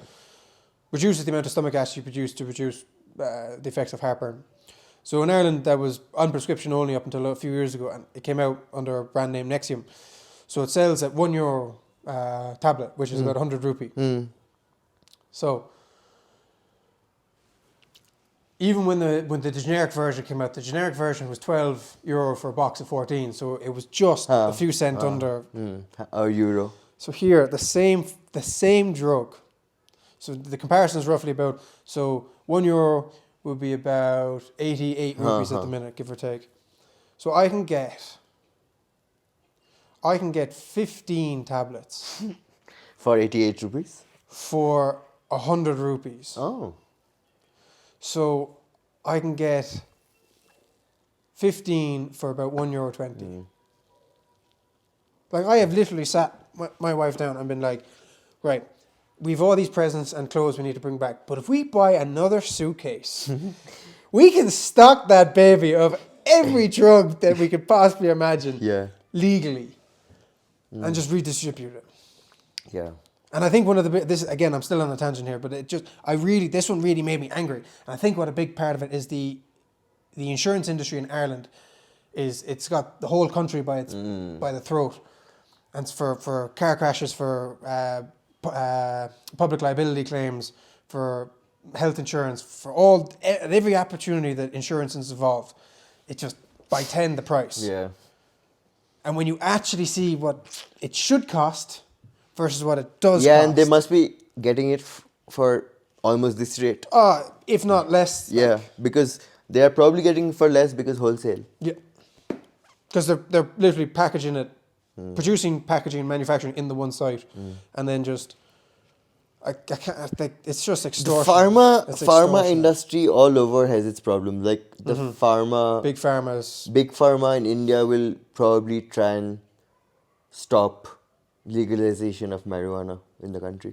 So I'm well and read up on all this, and I think that they've got their hand in all the big countries that are trying to push towards legalization. I think it's Pharma behind it. But no, Yeah, no, exactly. because It they makes know. sense. Yeah. Because so many drugs will go out of the market Yeah. with the healing properties of cannabis. Yeah. It's a big problem, and like one of the reasons cannabis was made legal in the first place, particularly in America, was the cotton industry, who at the time were one of the major industries, and they had the ear of the people in politics. And so hemp was a rival to cotton in textile production. And so they went, cannabis is a drug, very, very bad, reefer madness, all your young people are going to go crazy. Yeah. Here's 10 million on the side, and you make sure you make that illegal. And they went, oh, okay. And that's what we're still living under that tail end of a corrupt decision from the very beginning. And we have countries, I was talking about this yesterday, because obviously Olmo is from the Netherlands. There are countries that are legalizing it and they're recognizing the value in it. And the same goes for things like psilocybin, MDMA, ketamine. They begin to realize, okay, wait. So if you take it, you're not going to just drop dead. And it's got a lot of therapeutic properties. Let's just try this for a minute out of a wild idea of harm reduction. Let's just try these drugs and just see how dangerous they really are. And they're going, oh wait, they're actually not that dangerous. Actually, matter of fact, actually extremely beneficial. But problems like pharma, they will sit on the door of legalization and they won't budge. Yeah. And that is a big problem. That is a big problem. Yeah, and in India, there's also a monopoly on cigarettes by the ITC, Okay. Indian Tobacco Company. Okay. 97% of cigarettes For are that one company. Yeah, Because smoking is a big thing here. yeah. So to be fair, we penalise smokers in the West, particularly in Ireland, with taxes every year, another couple of cents. So now it's like a box of cigarettes costs you about 20 to 25 euro, which is about... I'll have to take cigarettes from here then. Yeah, for sure. Yeah, Yeah. Scotland. When you go to Scotland, you're going to run into that problem. Yeah, so that's their initiative. So they can simultaneously milk as much money out of people addicted to cigarettes while also trying to say, oh, we're trying to do it for your health. But pay up there, boys. And yeah, so it's about, so what's that, about 300 rupee for a box? Yeah. You're paying... Yeah, 300 rupee, 330 for king size 20, pack of 20. 330 rupee. Yeah. Rupee? Yeah. Oh, no, yeah, no. So sorry. So it would be 20 euro would be about 2,000 rupees. Exactly. Yeah, that's exactly. it. Yeah. Which is crazy. Mad. Yeah, almost 8 times the price. And I actually put my foot in it. We were in Turkey, and so cigarettes there are about €1.20 for a box. I can't remember what the Turkish lira crossover is, but Turkish lira is like destroyed economically, so it's nothing for us. So I put my foot in it. I was talking to a fella, and I was like, "Yeah, but cigarettes are so cheap here. I mean, we have to pay 25 euro in Ireland. It's crazy money." And he was just really quiet, and he goes, just when I finished my little stupid rampage, he goes, "Yeah, it's cheap for you." And I was like, "Oh, is it expensive for you?" And he goes, "Yeah, it's like a third of my wages." Ouch. Yeah, I felt so stupid. Ouch. Like if you want to use the word like rich privilege or West privilege, I don't know what privilege something. Oh, I felt it then. I was like, Sorry. my apologies. Here's like 10 boxes that I won't even notice. you could keep them. Yeah. Charity work giving cigarettes now, but differences are mad. Yeah, I've already told my local cigarette shop in Calcutta that I'll be Stocking up before you Yeah, go. I'll need at least one crate of my Dunhill. So we'll get onto that now. So you've finished college, you have your degree. Where do you go from there? Oh, so I My first job was actually a free job where I was interning at an ad agency, like an advertisement agency in Calcutta. And I was learning copywriting. And every month I would be told that next month we'll start your billing cycle. And that month was somehow never coming. And August turned to September, September turned to October, and it still didn't happen. I got really frustrated. That first ever job where I'm not getting any money, like almost peanuts, like 500 rupees a month or something. Because internship, it's supposed to be free. We are doing you a favor by giving you this much at least. Be happy for, be grateful Be for. grateful for it, yeah. But then I remember I was online on Facebook, and this friend from another university who studied English had just joined this company called Sportskida in Bangalore. And I was chatting to him, and I said, I'm sick and tired of this job where they're not paying me any money. And he said, do you want to write some sports? I said, yes.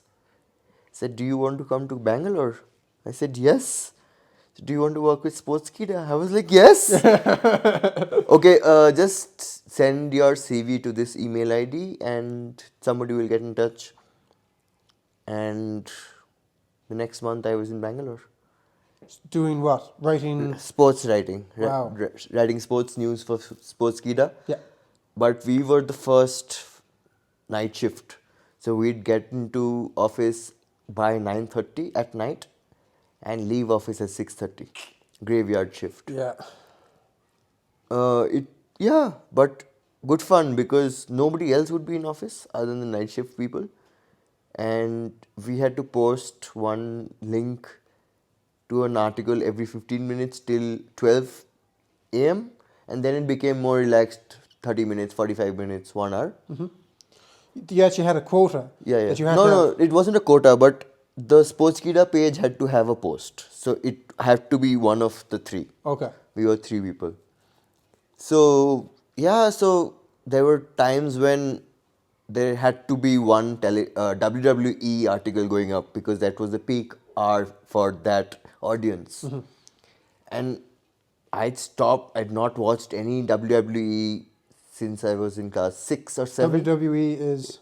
That wrestling world. Yeah. Okay, that's what I thought you meant. Yeah. World Wrestling Entertainment. Yeah. And there were times when I had to write an article at 2:30 a.m. about this wrestler. And because you were under sort of time pressure, did you just sometimes have to just make up stuff just for the sake of putting together an article? Not completely make up, but there have been times when we've copy pasted and gotten caught for it. Yeah. But yeah, it was great time because I made friends with the other people, and we would sometimes play TT while we were working, sometimes go out for a coffee. It was a nice time. And then I went to another company in Bangalore called Get Sportive as content manager. Better position? It was a better position. Yeah. Little better, like not a little, quite a bit of a hike because it was almost double the previous pay. So, but the organization Sportskida was a much bigger organization, so that's why they were paying lesser. Yeah. But that wasn't night shift, so I was like, I can't do this graveyard shift anymore, and Yeah. I went to go Get Sportive.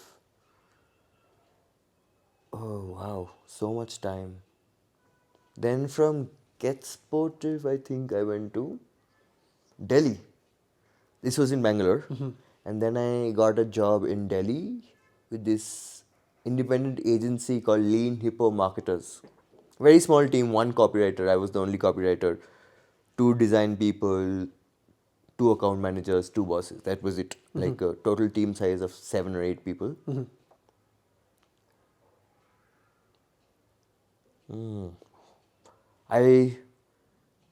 It was probably not my best period of work because I was in a new city, finding out meeting new people, doing new things. Himalayas was even closer because I was in Delhi. I could just get onto a bus at night, and in the morning I'd be in the mountains. And I realized then in Delhi that I cannot save any money. Because it was more expensive to live? No. Just me as a human being Okay. cannot save money. And that's the first time I realized that I wasn't financially planned enough to be able to afford an apartment of my own. So I was crashing with a friend, and that friend I still crash with when I go to Delhi. And then I went to Bombay as a copywriter. Bombay is Mumbai. Yeah, Bombay is Mumbai. And with that experience and the two writing experience, I had enough experience to get a copywriting gig in Bombay, and that was the best job I've had. Sports again? No, this is advertisement. Okay. I was doing strictly brand marketing. Yeah.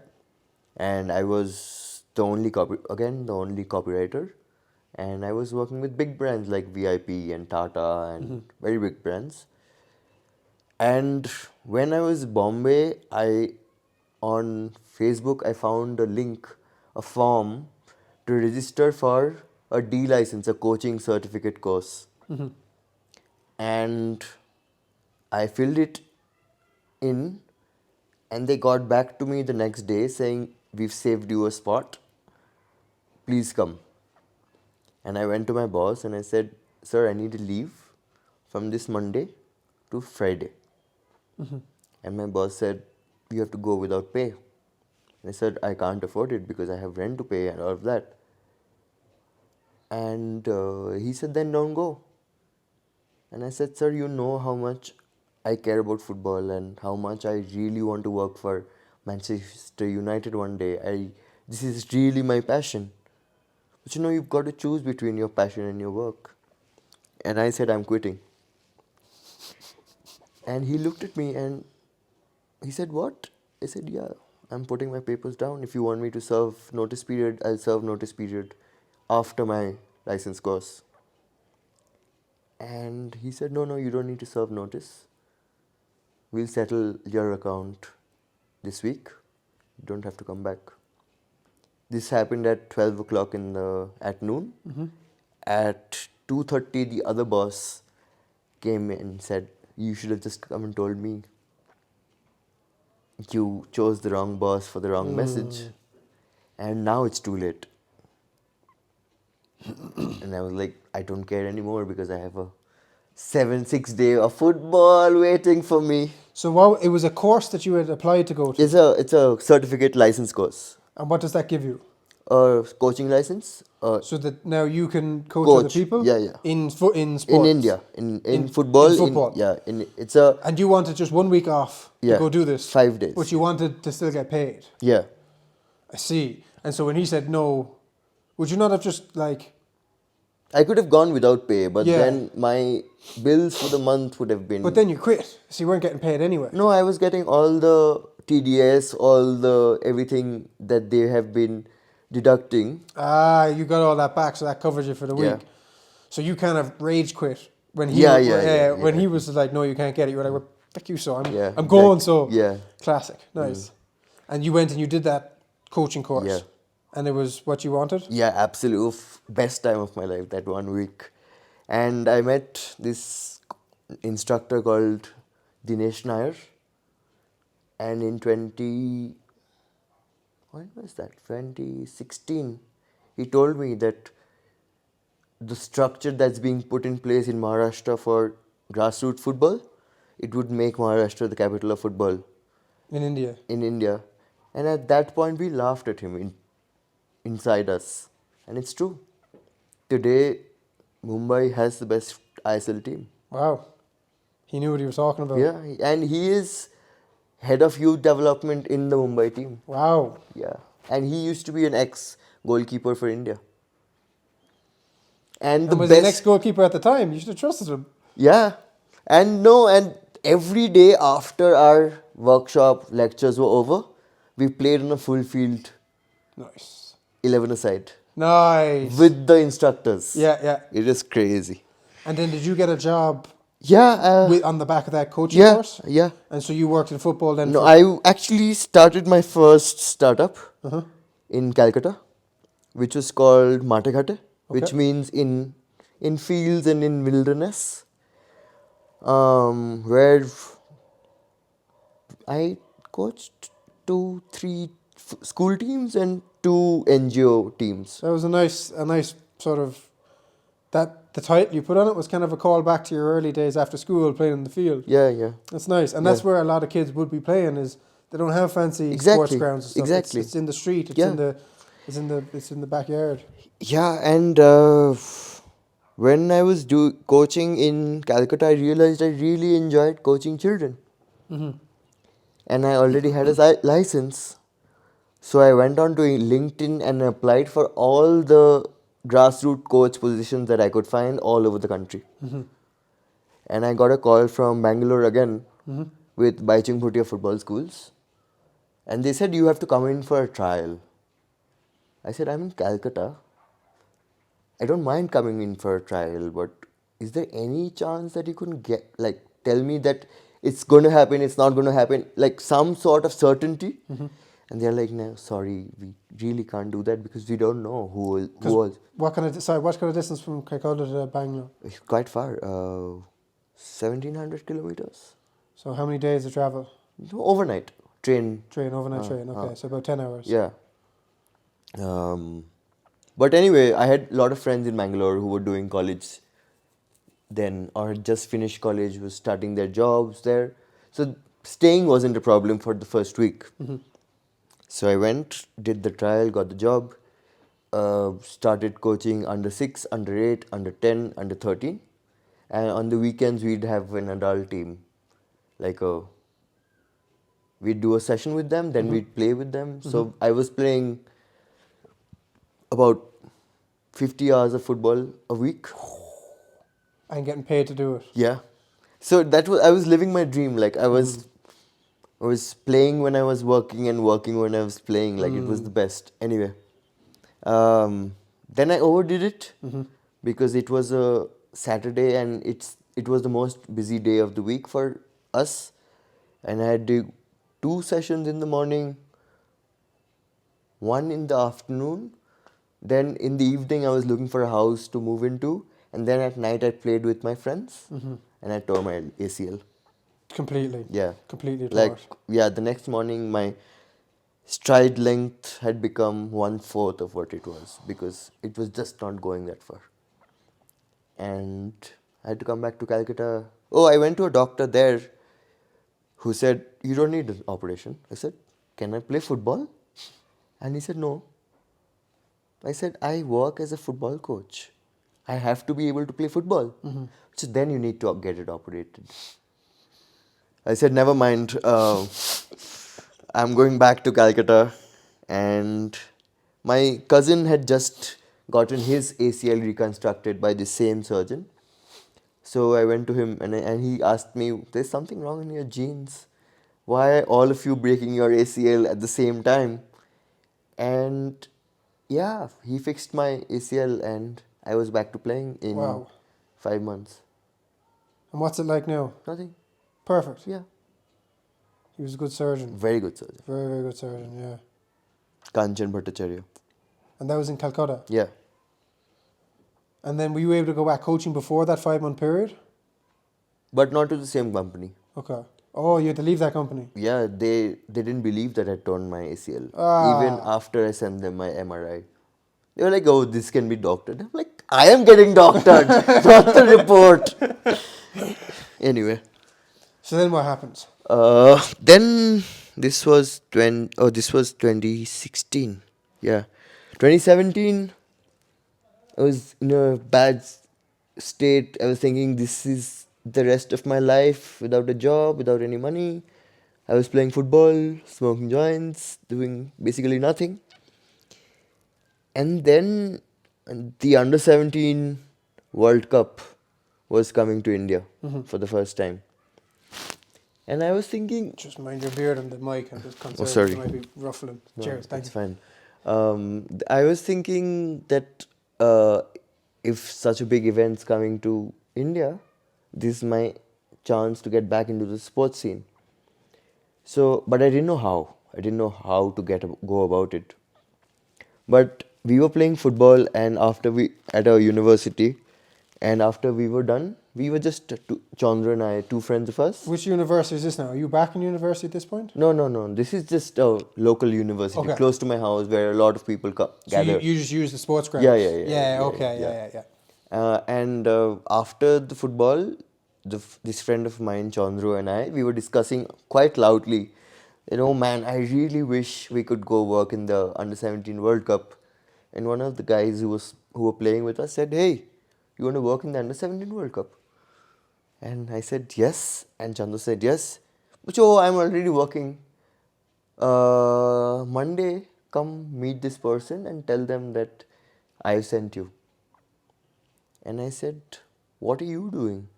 And he said, "Oh, I'm looking after the transport and logistics department for Calcutta." I said, "Chico, thank you."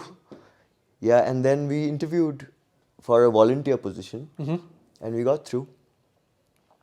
And Chandru went to the food and beverage department, and I went to the overlays department. But thank God I went to the overlays department, because that was the only department where volunteers have had access to all the zones of the field. Oh, sick. Yeah, and that World Cup England won. In the final was in Calcutta. I celebrated with Angel Gomez, Jadon Sancho, Wow. Phil Foden, Callum Hudson-Odoi, all the players in my home city, on that ground. And Wow, what an experience. yeah, and Ryan Brewster and the entire team. That's amazing. Yeah. I still don't believe it sometimes. And we got to meet Sol Campbell and Van Basten and crazy people. You had the all-door pass to Yeah. the World Cup, the under 17 Because we were World Cup. volunteers, and we were screaming at cops, we were screaming at whoever, because we were it. I'm actually wearing the volunteer t-shirt. It's not the Man U one, but the nice. Yeah. Yes, FIFA India 2017. Under 17 World Cup. Wow. Yeah, that's perfect. And then, did you make any connections after them that actually moved you forward into another job, or you just did the World Cup? No, And that so was... actually that World Cup got me into my sports management course, which was my first master's. Yeah. Which was the first ever degree that I really wanted to do, and I was doing. And you would have been, what, 25 at this point, or? No, I joined in 2018, so I was 26. 26. Yeah. So you're 26 before you go back to college and find something you actually wanted to do. Yeah. And you used the degree from all those years previous. Because that's what I assume you would have had to... have a The degree in order to do the graduation. masters. Yeah. And we were the first batch of any Indian Institute of Management with a sports management specialization. So my roll number says 01.021. Wow. Yeah, because we were the first batch. That nobody ever can take away from us anymore. And we got the best faculty at that university, because it was the first batch. They had to do something for the rest of the country to notice. So they got really good professors, like faculty. We had Professor Kevin Moore, who used to be director at the National Football Museum in England. Wow. We had Professor Dave Dorry, who was behind the bid for Canada Olympics, Vancouver. We had Miss Radhika Kalra, who was in the dugout with Abhinav Bindra for his gold medal shooting. That was a big purse. Somebody opened the treasury in order to get that course set up. Yeah. And you were the first batch of students through that. And how many years did that go on for? 2. That was a 2-year course. Yeah, 18 to 20. And then after that, then what did you do? I finished that course with meningitis. Okay. And I So, don't... and you forgot everything you were told. No, I don't remember the last semester at all. Like, I know I passed. I know I How did have a you degree. pass, dude? I don't know. How did you pass? I have no idea. I know I have a degree. And that's also funny because my mom, after the operation, my mom came and told me that your degrees come. And I said, it can't be because one semester's left. I've only sat for 5 exams. Excuse me. 6th one is left. And she said, okay, I might be wrong. There's an envelope that's come from your institute with your name on it. I haven't opened it. I'll bring it to you tomorrow. I said, okay. I said, shit, am I in trouble for something? I was telling her that maybe I'm in trouble for not attending any classes. So maybe we'll have to write to them and all of this I'm telling her. Next day she gets me the envelope and I open it and I take out and I see this is to certify that Wow. Mr. Ritwik has completed. But you still were supposed to have one more semester. No, that's what I was thinking. I'd forgotten. Ah, I get it. The meningitis had scrambled your Yeah. your Timeline, memories. yeah. Timeline. Yeah. So in that semester, I did everything. The industry visit, the thesis, all of that. I don't know what I wrote, how I wrote. But probably because we were the first batch, they didn't fail me. Probably, I don't know. Or maybe, I don't know. You performed. Maybe, Probably. I don't believe it. In that condition, I really don't think I made too much sense. So you finished that course, and because I still want to get it. We haven't even gone near the music project or the book you're writing. We are still in 2020. Yeah. When did you start writing the book? After. After all that. Okay. So where did you go then after the course? Home, bed rest. Bed rest, because Yeah. that was the 3 months you were supposed to be taking it easy for. Yeah. And then that was also during COVID time, so there wasn't really much going on. And then after that then, so 2022 was the first attempt at the music festival. 2022. So between the end of COVID, the bed rest, the meningitis, the degree, and last year, what were you doing? I was just taking it easy because Just hanging around Calcutta. Yeah. Okay. I remember having this conversation with my doctor, Dr. Jant Roy, and I told him that what am I supposed to do? Like, this is very important, valuable time in my life, and I'm just at home wasting it. And he said, be patient. And I'm like, that's such a cruel joke. Be patient? Really? But anyway, I had to be a You patient. had no choice. Yeah. And slowly I was getting back my speech. My speech was very slippery initially. My vision was coming back slowly. I was still on a lot of medication.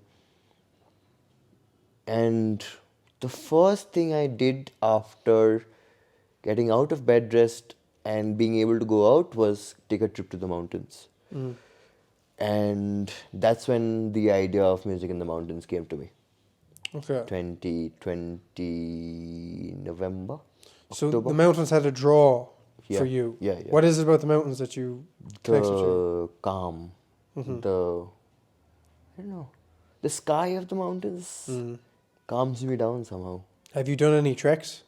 This time no, but yeah, in my life, yeah. What treks have you done? Triund and not treks but hikes. Okay. We went to Viching last year, which is near Malana but not in Malana.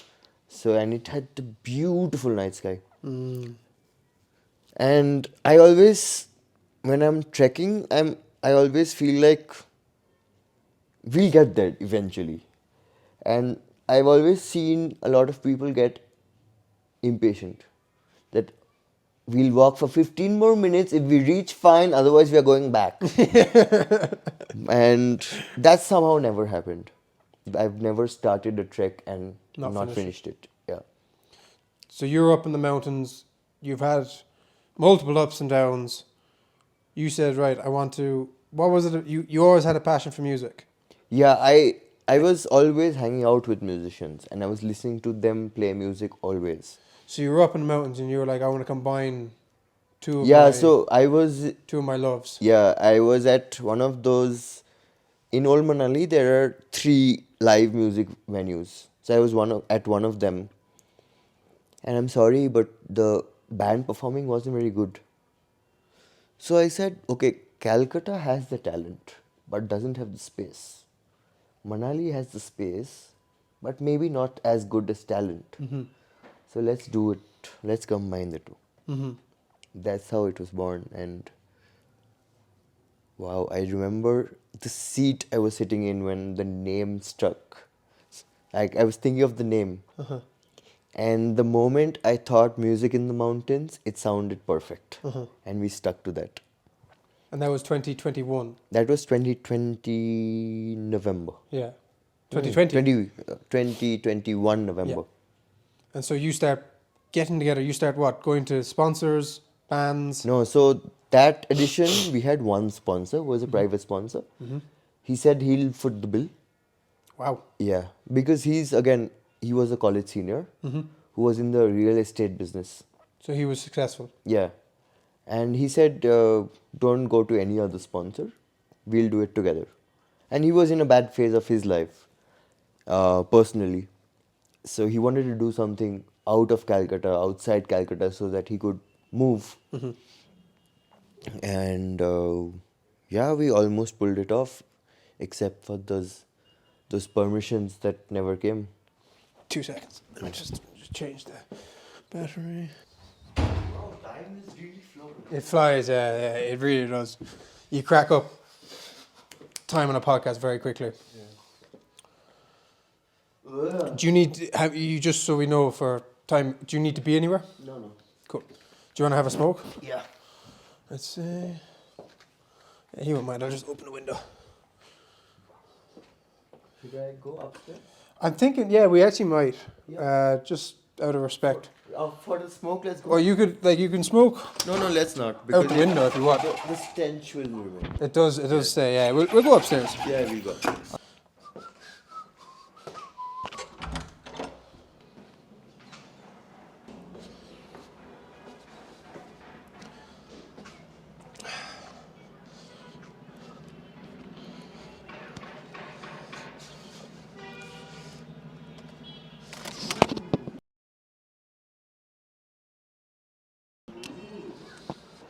See how that looks. Yeah, nice. Nice. This is fun. Yeah. Here we go. No, let me get my shawl. Yeah, your drug rug. Yeah. So, yeah, the music. Yeah.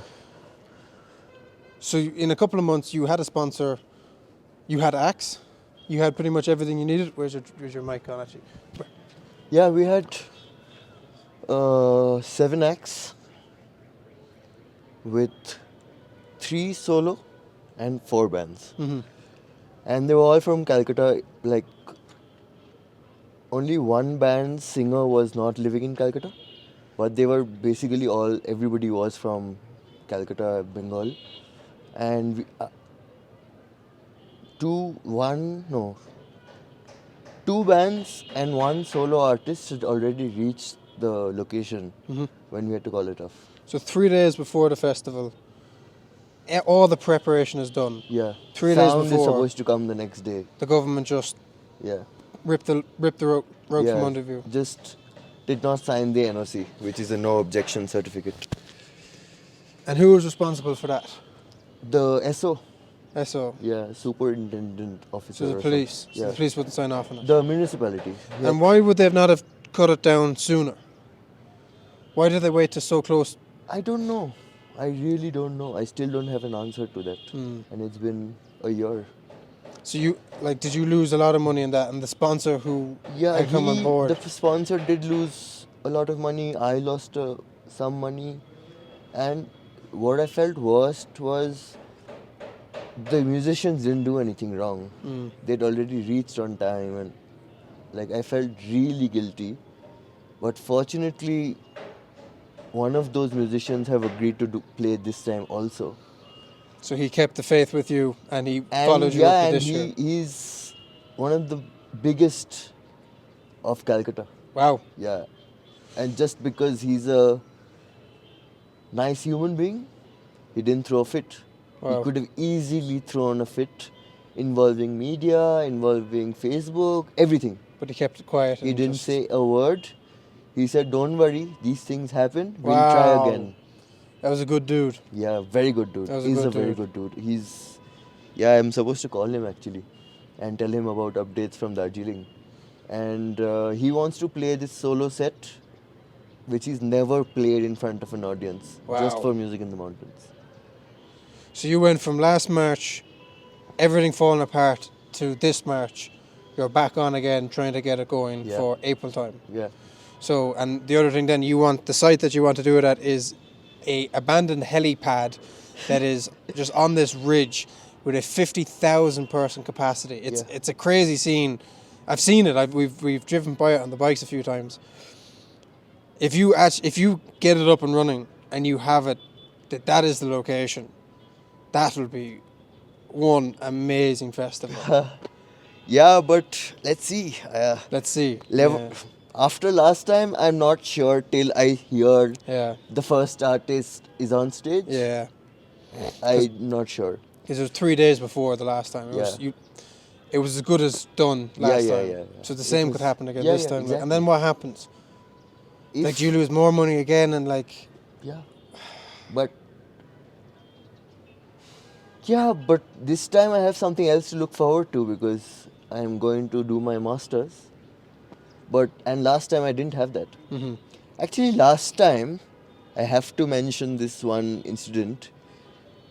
The day I went to the office and I found out that the permission we are not getting, from the office, instead of going to my hotel and sulk, I went and sat by the stream by myself and was smoking cigarette after cigarette, not knowing what my next step is. Mhm. And I won't lie, but the thought of ending it all did cross my mind because I was like, what does this even matter? Why does it even matter? Mhm. But then I told myself that I'd really gone through a lot in 2020 Mhm. and I'd gone through all of it and didn't die.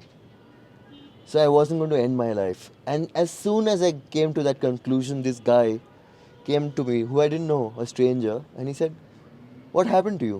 in Hindi. "Aapko kya hua hai?" And I said, "Nothing."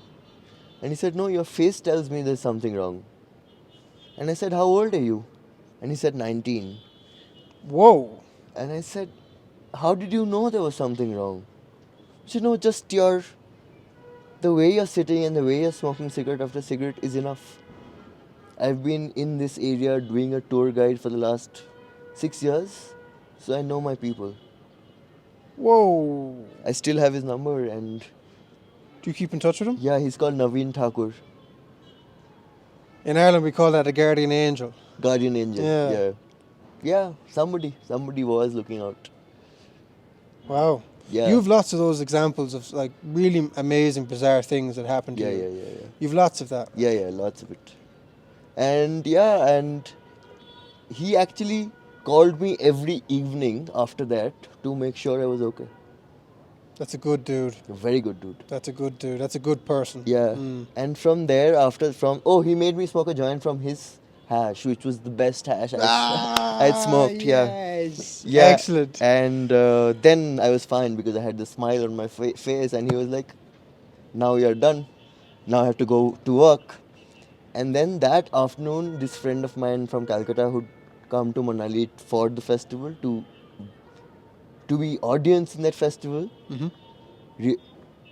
also was told that it's not going to happen. I told him. And he was like, "Don't you feel bad? Wouldn't you feel worse if you were only in Manali without Music in the Mountains with all the posters up?" I said, "Yeah, I feel horrible because all the posters remind me of what it could have been. So I really want to get out of this place but don't want to go home." And he said, "Let's go to Waiching." I said, "Last time I was thinking of going to Waiching but didn't make it. Let's go." What's Waiching? Waiching is this valley near Malana. Okay. And it's beautiful. Like, it has nothing. No electricity, no network, nothing. Just nature. And we were there, and he was dealing with a breakup. And I was dealing with this heartbreak. And we surrendered to nature and we came back fine. 3 days it took. 2 nights, 3 days we were fine. You just stayed in the valley for Yeah. doing what? Nothing. Do whatever. Drinking. Were you playing camping? cricket. Were you staying in homestays or Tent. what? We were Tent, camping. Yeah. Yeah, there's something to be said about spending time in nature during traumatic moments. Yeah. It grounds you, it settles you again. Yeah, I don't know what it does, but it does something. So you got back on a horse, and how long have you planned for this time? I started in December. So same people that you went to the first time, or? No, not that private sponsors not a part. Okay. Did you speak to him about coming on? Yeah, firstly I asked him to, whatever money I'd lost, he was supposed to give it back to me. Mm-hmm. But that's never happened, so I was like, thank you. Okay. And he had a problem with me getting other sponsors because his brand would get diluted. Made no sense to me back then, doesn't make any sense to me even now. Okay. So I was like, I'm okay. Cut ties with him. Yeah. Okay. So you're on the way to getting this one up and off the ground, and I really flipping hope it does. Have you an Instagram or anything? Yeah. Music in the Mountains official on Instagram. Music in the Mountains official. Yeah. Okay. Well, I'll make sure we'll share that, and we'll be watching the journey to see if this one gets off the ground. And then, as you said, you've something to look forward to, because if fail or success, in September you move to Scotland. Yeah, to study psychology. To study psychology in Glasgow. Yeah. And This is so crazy. I'll dude. be... Your first time out of India, you're going to Glasgow. Yeah. And I googled Sir Alex where he was born. Mm-hmm. And that's 7 minutes from my campus, Govan. Wow, you're getting closer to where you want to be. Yeah, and I can completely imagine myself going to Govan and just going, Sir Alex, Sir Alex, Sir Alex, till somebody points to his house, and I'll be like, life is good. That must be really exciting. Like, you're really Yeah. looking forward to that. Yeah, and yeah. And that's a 2-year psychology? No, 1 year. 1 year. master's. And then after that, you want to go on and do sports psychology. Yeah. And you're going to try see where you can go with that. Yeah, I want to just get onto a football team bus. You have to stay in the UK, because that's where all the major football is. Yeah. Stay in the UK, keep hammering with the right doors, and eventually you'll work your way up. Yeah. And this is your first podcast? Yeah. Yeah. I'll be number one! I'll be number one! Yeah. It is my first ever podcast.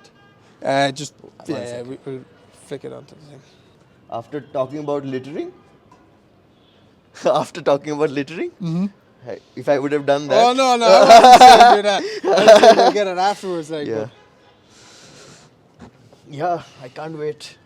I already started having random dreams about strange places which I've never seen before. Mm-hmm. And with people that I've never seen before, Mm-hmm. have already started coming up in my dreams. Wow. But very recently, I dreamt about my room door, which wasn't my room in Calcutta. Mm-hmm. And the door opposite was open and there was good music playing. And I was going into that room, chilling with people, coming back to my room, doing something. And I don't know what room that is. I think it's the Glasgow room. Or as my mind thinks that it will be. Well, exactly, yeah. And I have a room in the Macaulay hostel. Hostel? Yeah. You're going to stay in a hostel while Yeah, you're yeah. in university? Yeah. Is it cheaper than student accommodation? It is on-campus student accommodation. Okay. Because for a hostel for us would be... Outside. Yeah, Private. yeah. No, this is in the university. And I want to stay in the university because otherwise I'll never make it to classes. At least with people around me making the effort to wake up on time and go to class on time. You'll have to do it. Yeah. Because I assume, like, you're going to be paying full fees? Yeah. Because I'm changing streams. And it's a conversion course. Thank God for UK starting conversion courses for subjects like psychology, because otherwise I had no chance of ever studying psychology. And yeah, I got my interest first in the sports psychology class that I did in my sports management under Radhika Kaura. And then with meningitis and how the mind reacted to meningitis, it just made sure that I was going to go for it. This is what you wanted. Yeah, like, yeah. It made it clear. Yeah, often during dramatic moments what really matters becomes concrete. Yeah. Yeah. Definitely. The noise gets drowned out. It's interesting because I was actually looking at doing a conversion psychology course as well, but it's 2 years in Ireland, so it's nice. It's only 1 year over there. Yeah. There are many conversion courses which are 1 year in England now. England's good for Yeah. that sort of system. Yeah. Yeah. And is there any special pathway that you take because the English system over here and the English system over there, do they keep a back door for Indian students? No, or they is don't. it you're No. counted as an international student? Yeah. And So how are you going to pay for it? If you don't mind me asking. student loan. Okay. Yeah. And Over here or over there? here. Oof. And in fact, I got 2 letter of recommendations from 2 professors who taught us in the MBA. Good. And Professor Moore, Dr. Kevin Moore, actually wrote in his LOR that my English is good enough to take me through. Well, your English is phenomenal, just to say that. And even then, there were 3 universities who gave me a conditional offer and they wanted me to sit for IELTS. Wow. And only Glasgow, University of Glasgow was the only one who gave me an unconditional offer. Wow. Yeah. Because the IELTS is the test to see if your English is up to standard. Yeah. What Glasgow said. That's because the Glasgow boys don't speak proper English anyway. No, but Glasgow didn't ask for one. They did or didn't? Didn't. Yeah, of course, because they don't speak English either. Yeah. They have a derivative of English. And I was very stubborn about not sitting for an You are IELTS. just stubborn. Yeah, naturally. And I was like, I'm not spending 15,000 rupees to tell anybody that my English is good. Your English is very, very good, Yeah. and you knew that yourself. Yeah. Because what's interesting is you're also doing a bit of writing, and you're constructing a very interesting book. But what I was surprised about when you showed us parts of that book yesterday is you actually write in English. Yeah. And it's going to be an English book. Yeah. I think in English also. Okay, that is strange. That is really weird. Like. It's the school. We were like, we used to say that even if cats and dogs came to St. Joseph's, they would mew and bark. In English. Yeah. That's funny. Do you want to talk about the book, or do you want to keep that one aside? Yeah, let's talk about it. I have no problem. Tell us about the book. Imagine if you had wings, Mhm. which you could use to fly, but you could also charge them at night for you to fly during the day, or charge them whenever for you to fly sometime. And the book has 3 variants of wings. 2 hours, 4 hours and 8 hours. It's called Fly Pro, Fly Pro Max, Fly Pro Ultra Max, based on the time. And obviously the 8-hour one is the most expensive one and the 2-hour one is the cheapest one. But the company who's designing these wings wanted to be secret. And the only form of marketing that they are doing is word of mouth. So right now I'm marketing for the company to you through the podcast. So, but there is another world in this book, which is the above.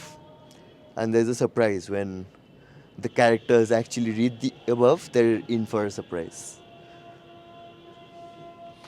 And it's a story of... Society.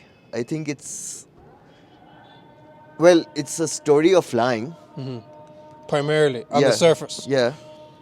But it's also has a sort of a reflection on the society around us that I live in and I will live in, of wanting more. And I'm trying to address that through the book, through at least 2 of the 4 characters who constantly want more of something.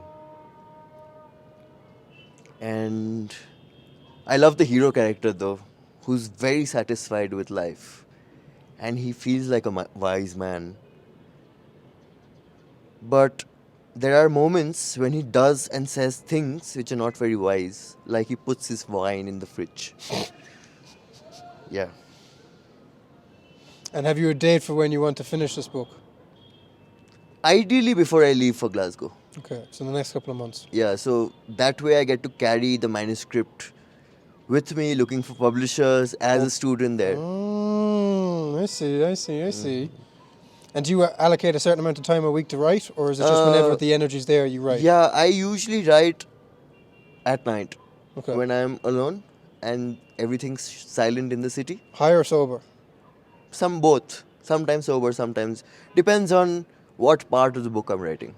Do you find you write better in one version or the other? No. Okay. I actually. Do you find you write worse in one version or the other? No, I write exactly like I speak. Okay. I've been always writing the way I speak, so it doesn't change much. Mm-hmm.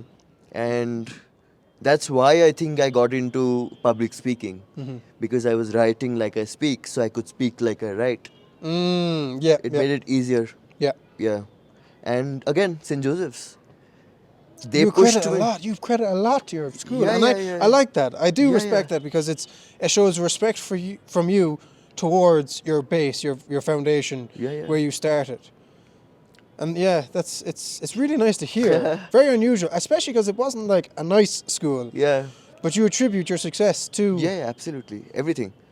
I still remember in class 7, there was this English teacher called Mrs. Ward.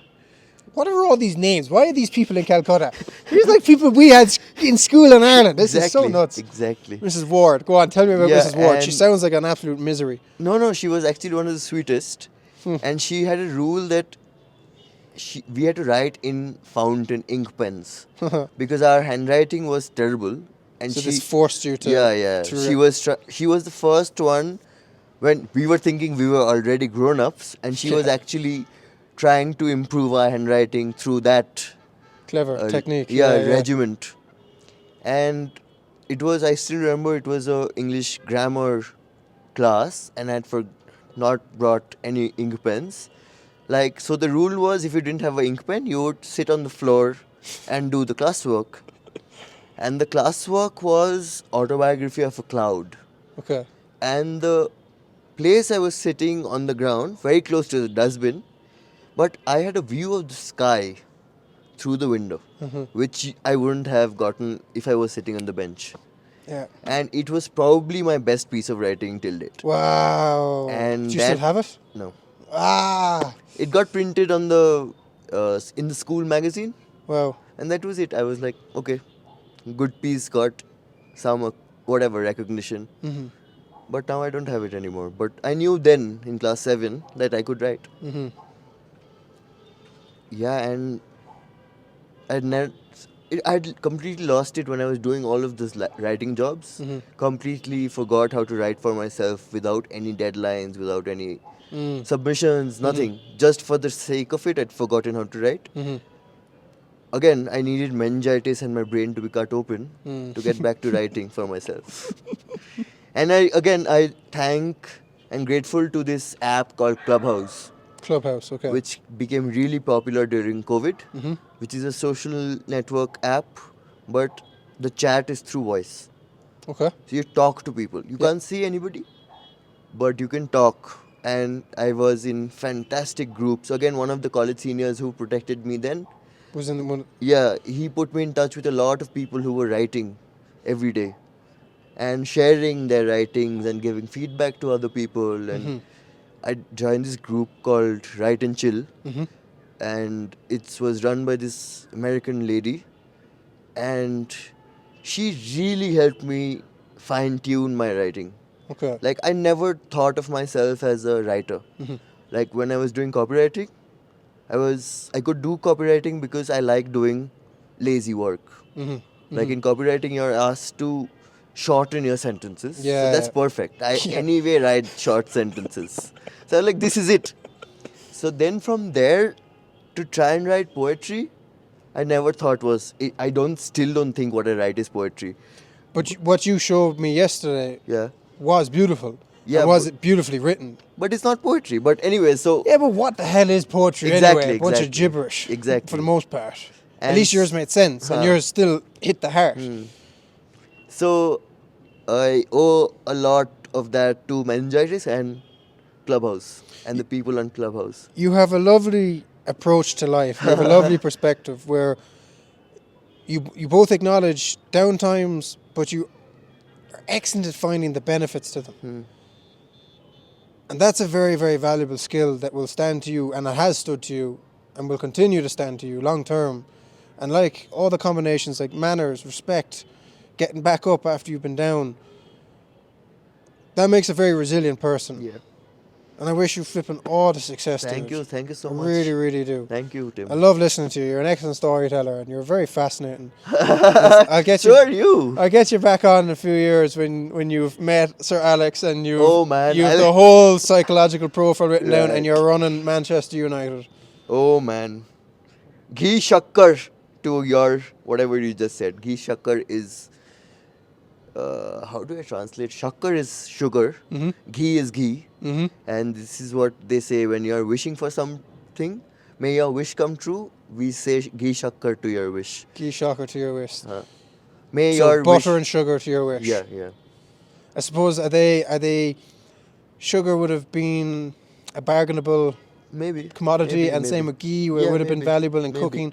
So it's like good health, good fortune, Yeah, good yeah, wishes yeah, towards your. Yeah, yeah. Excellent. Well, dude, Thank you so much. thank you very, very Thank much. you so Thank much, you. Tim.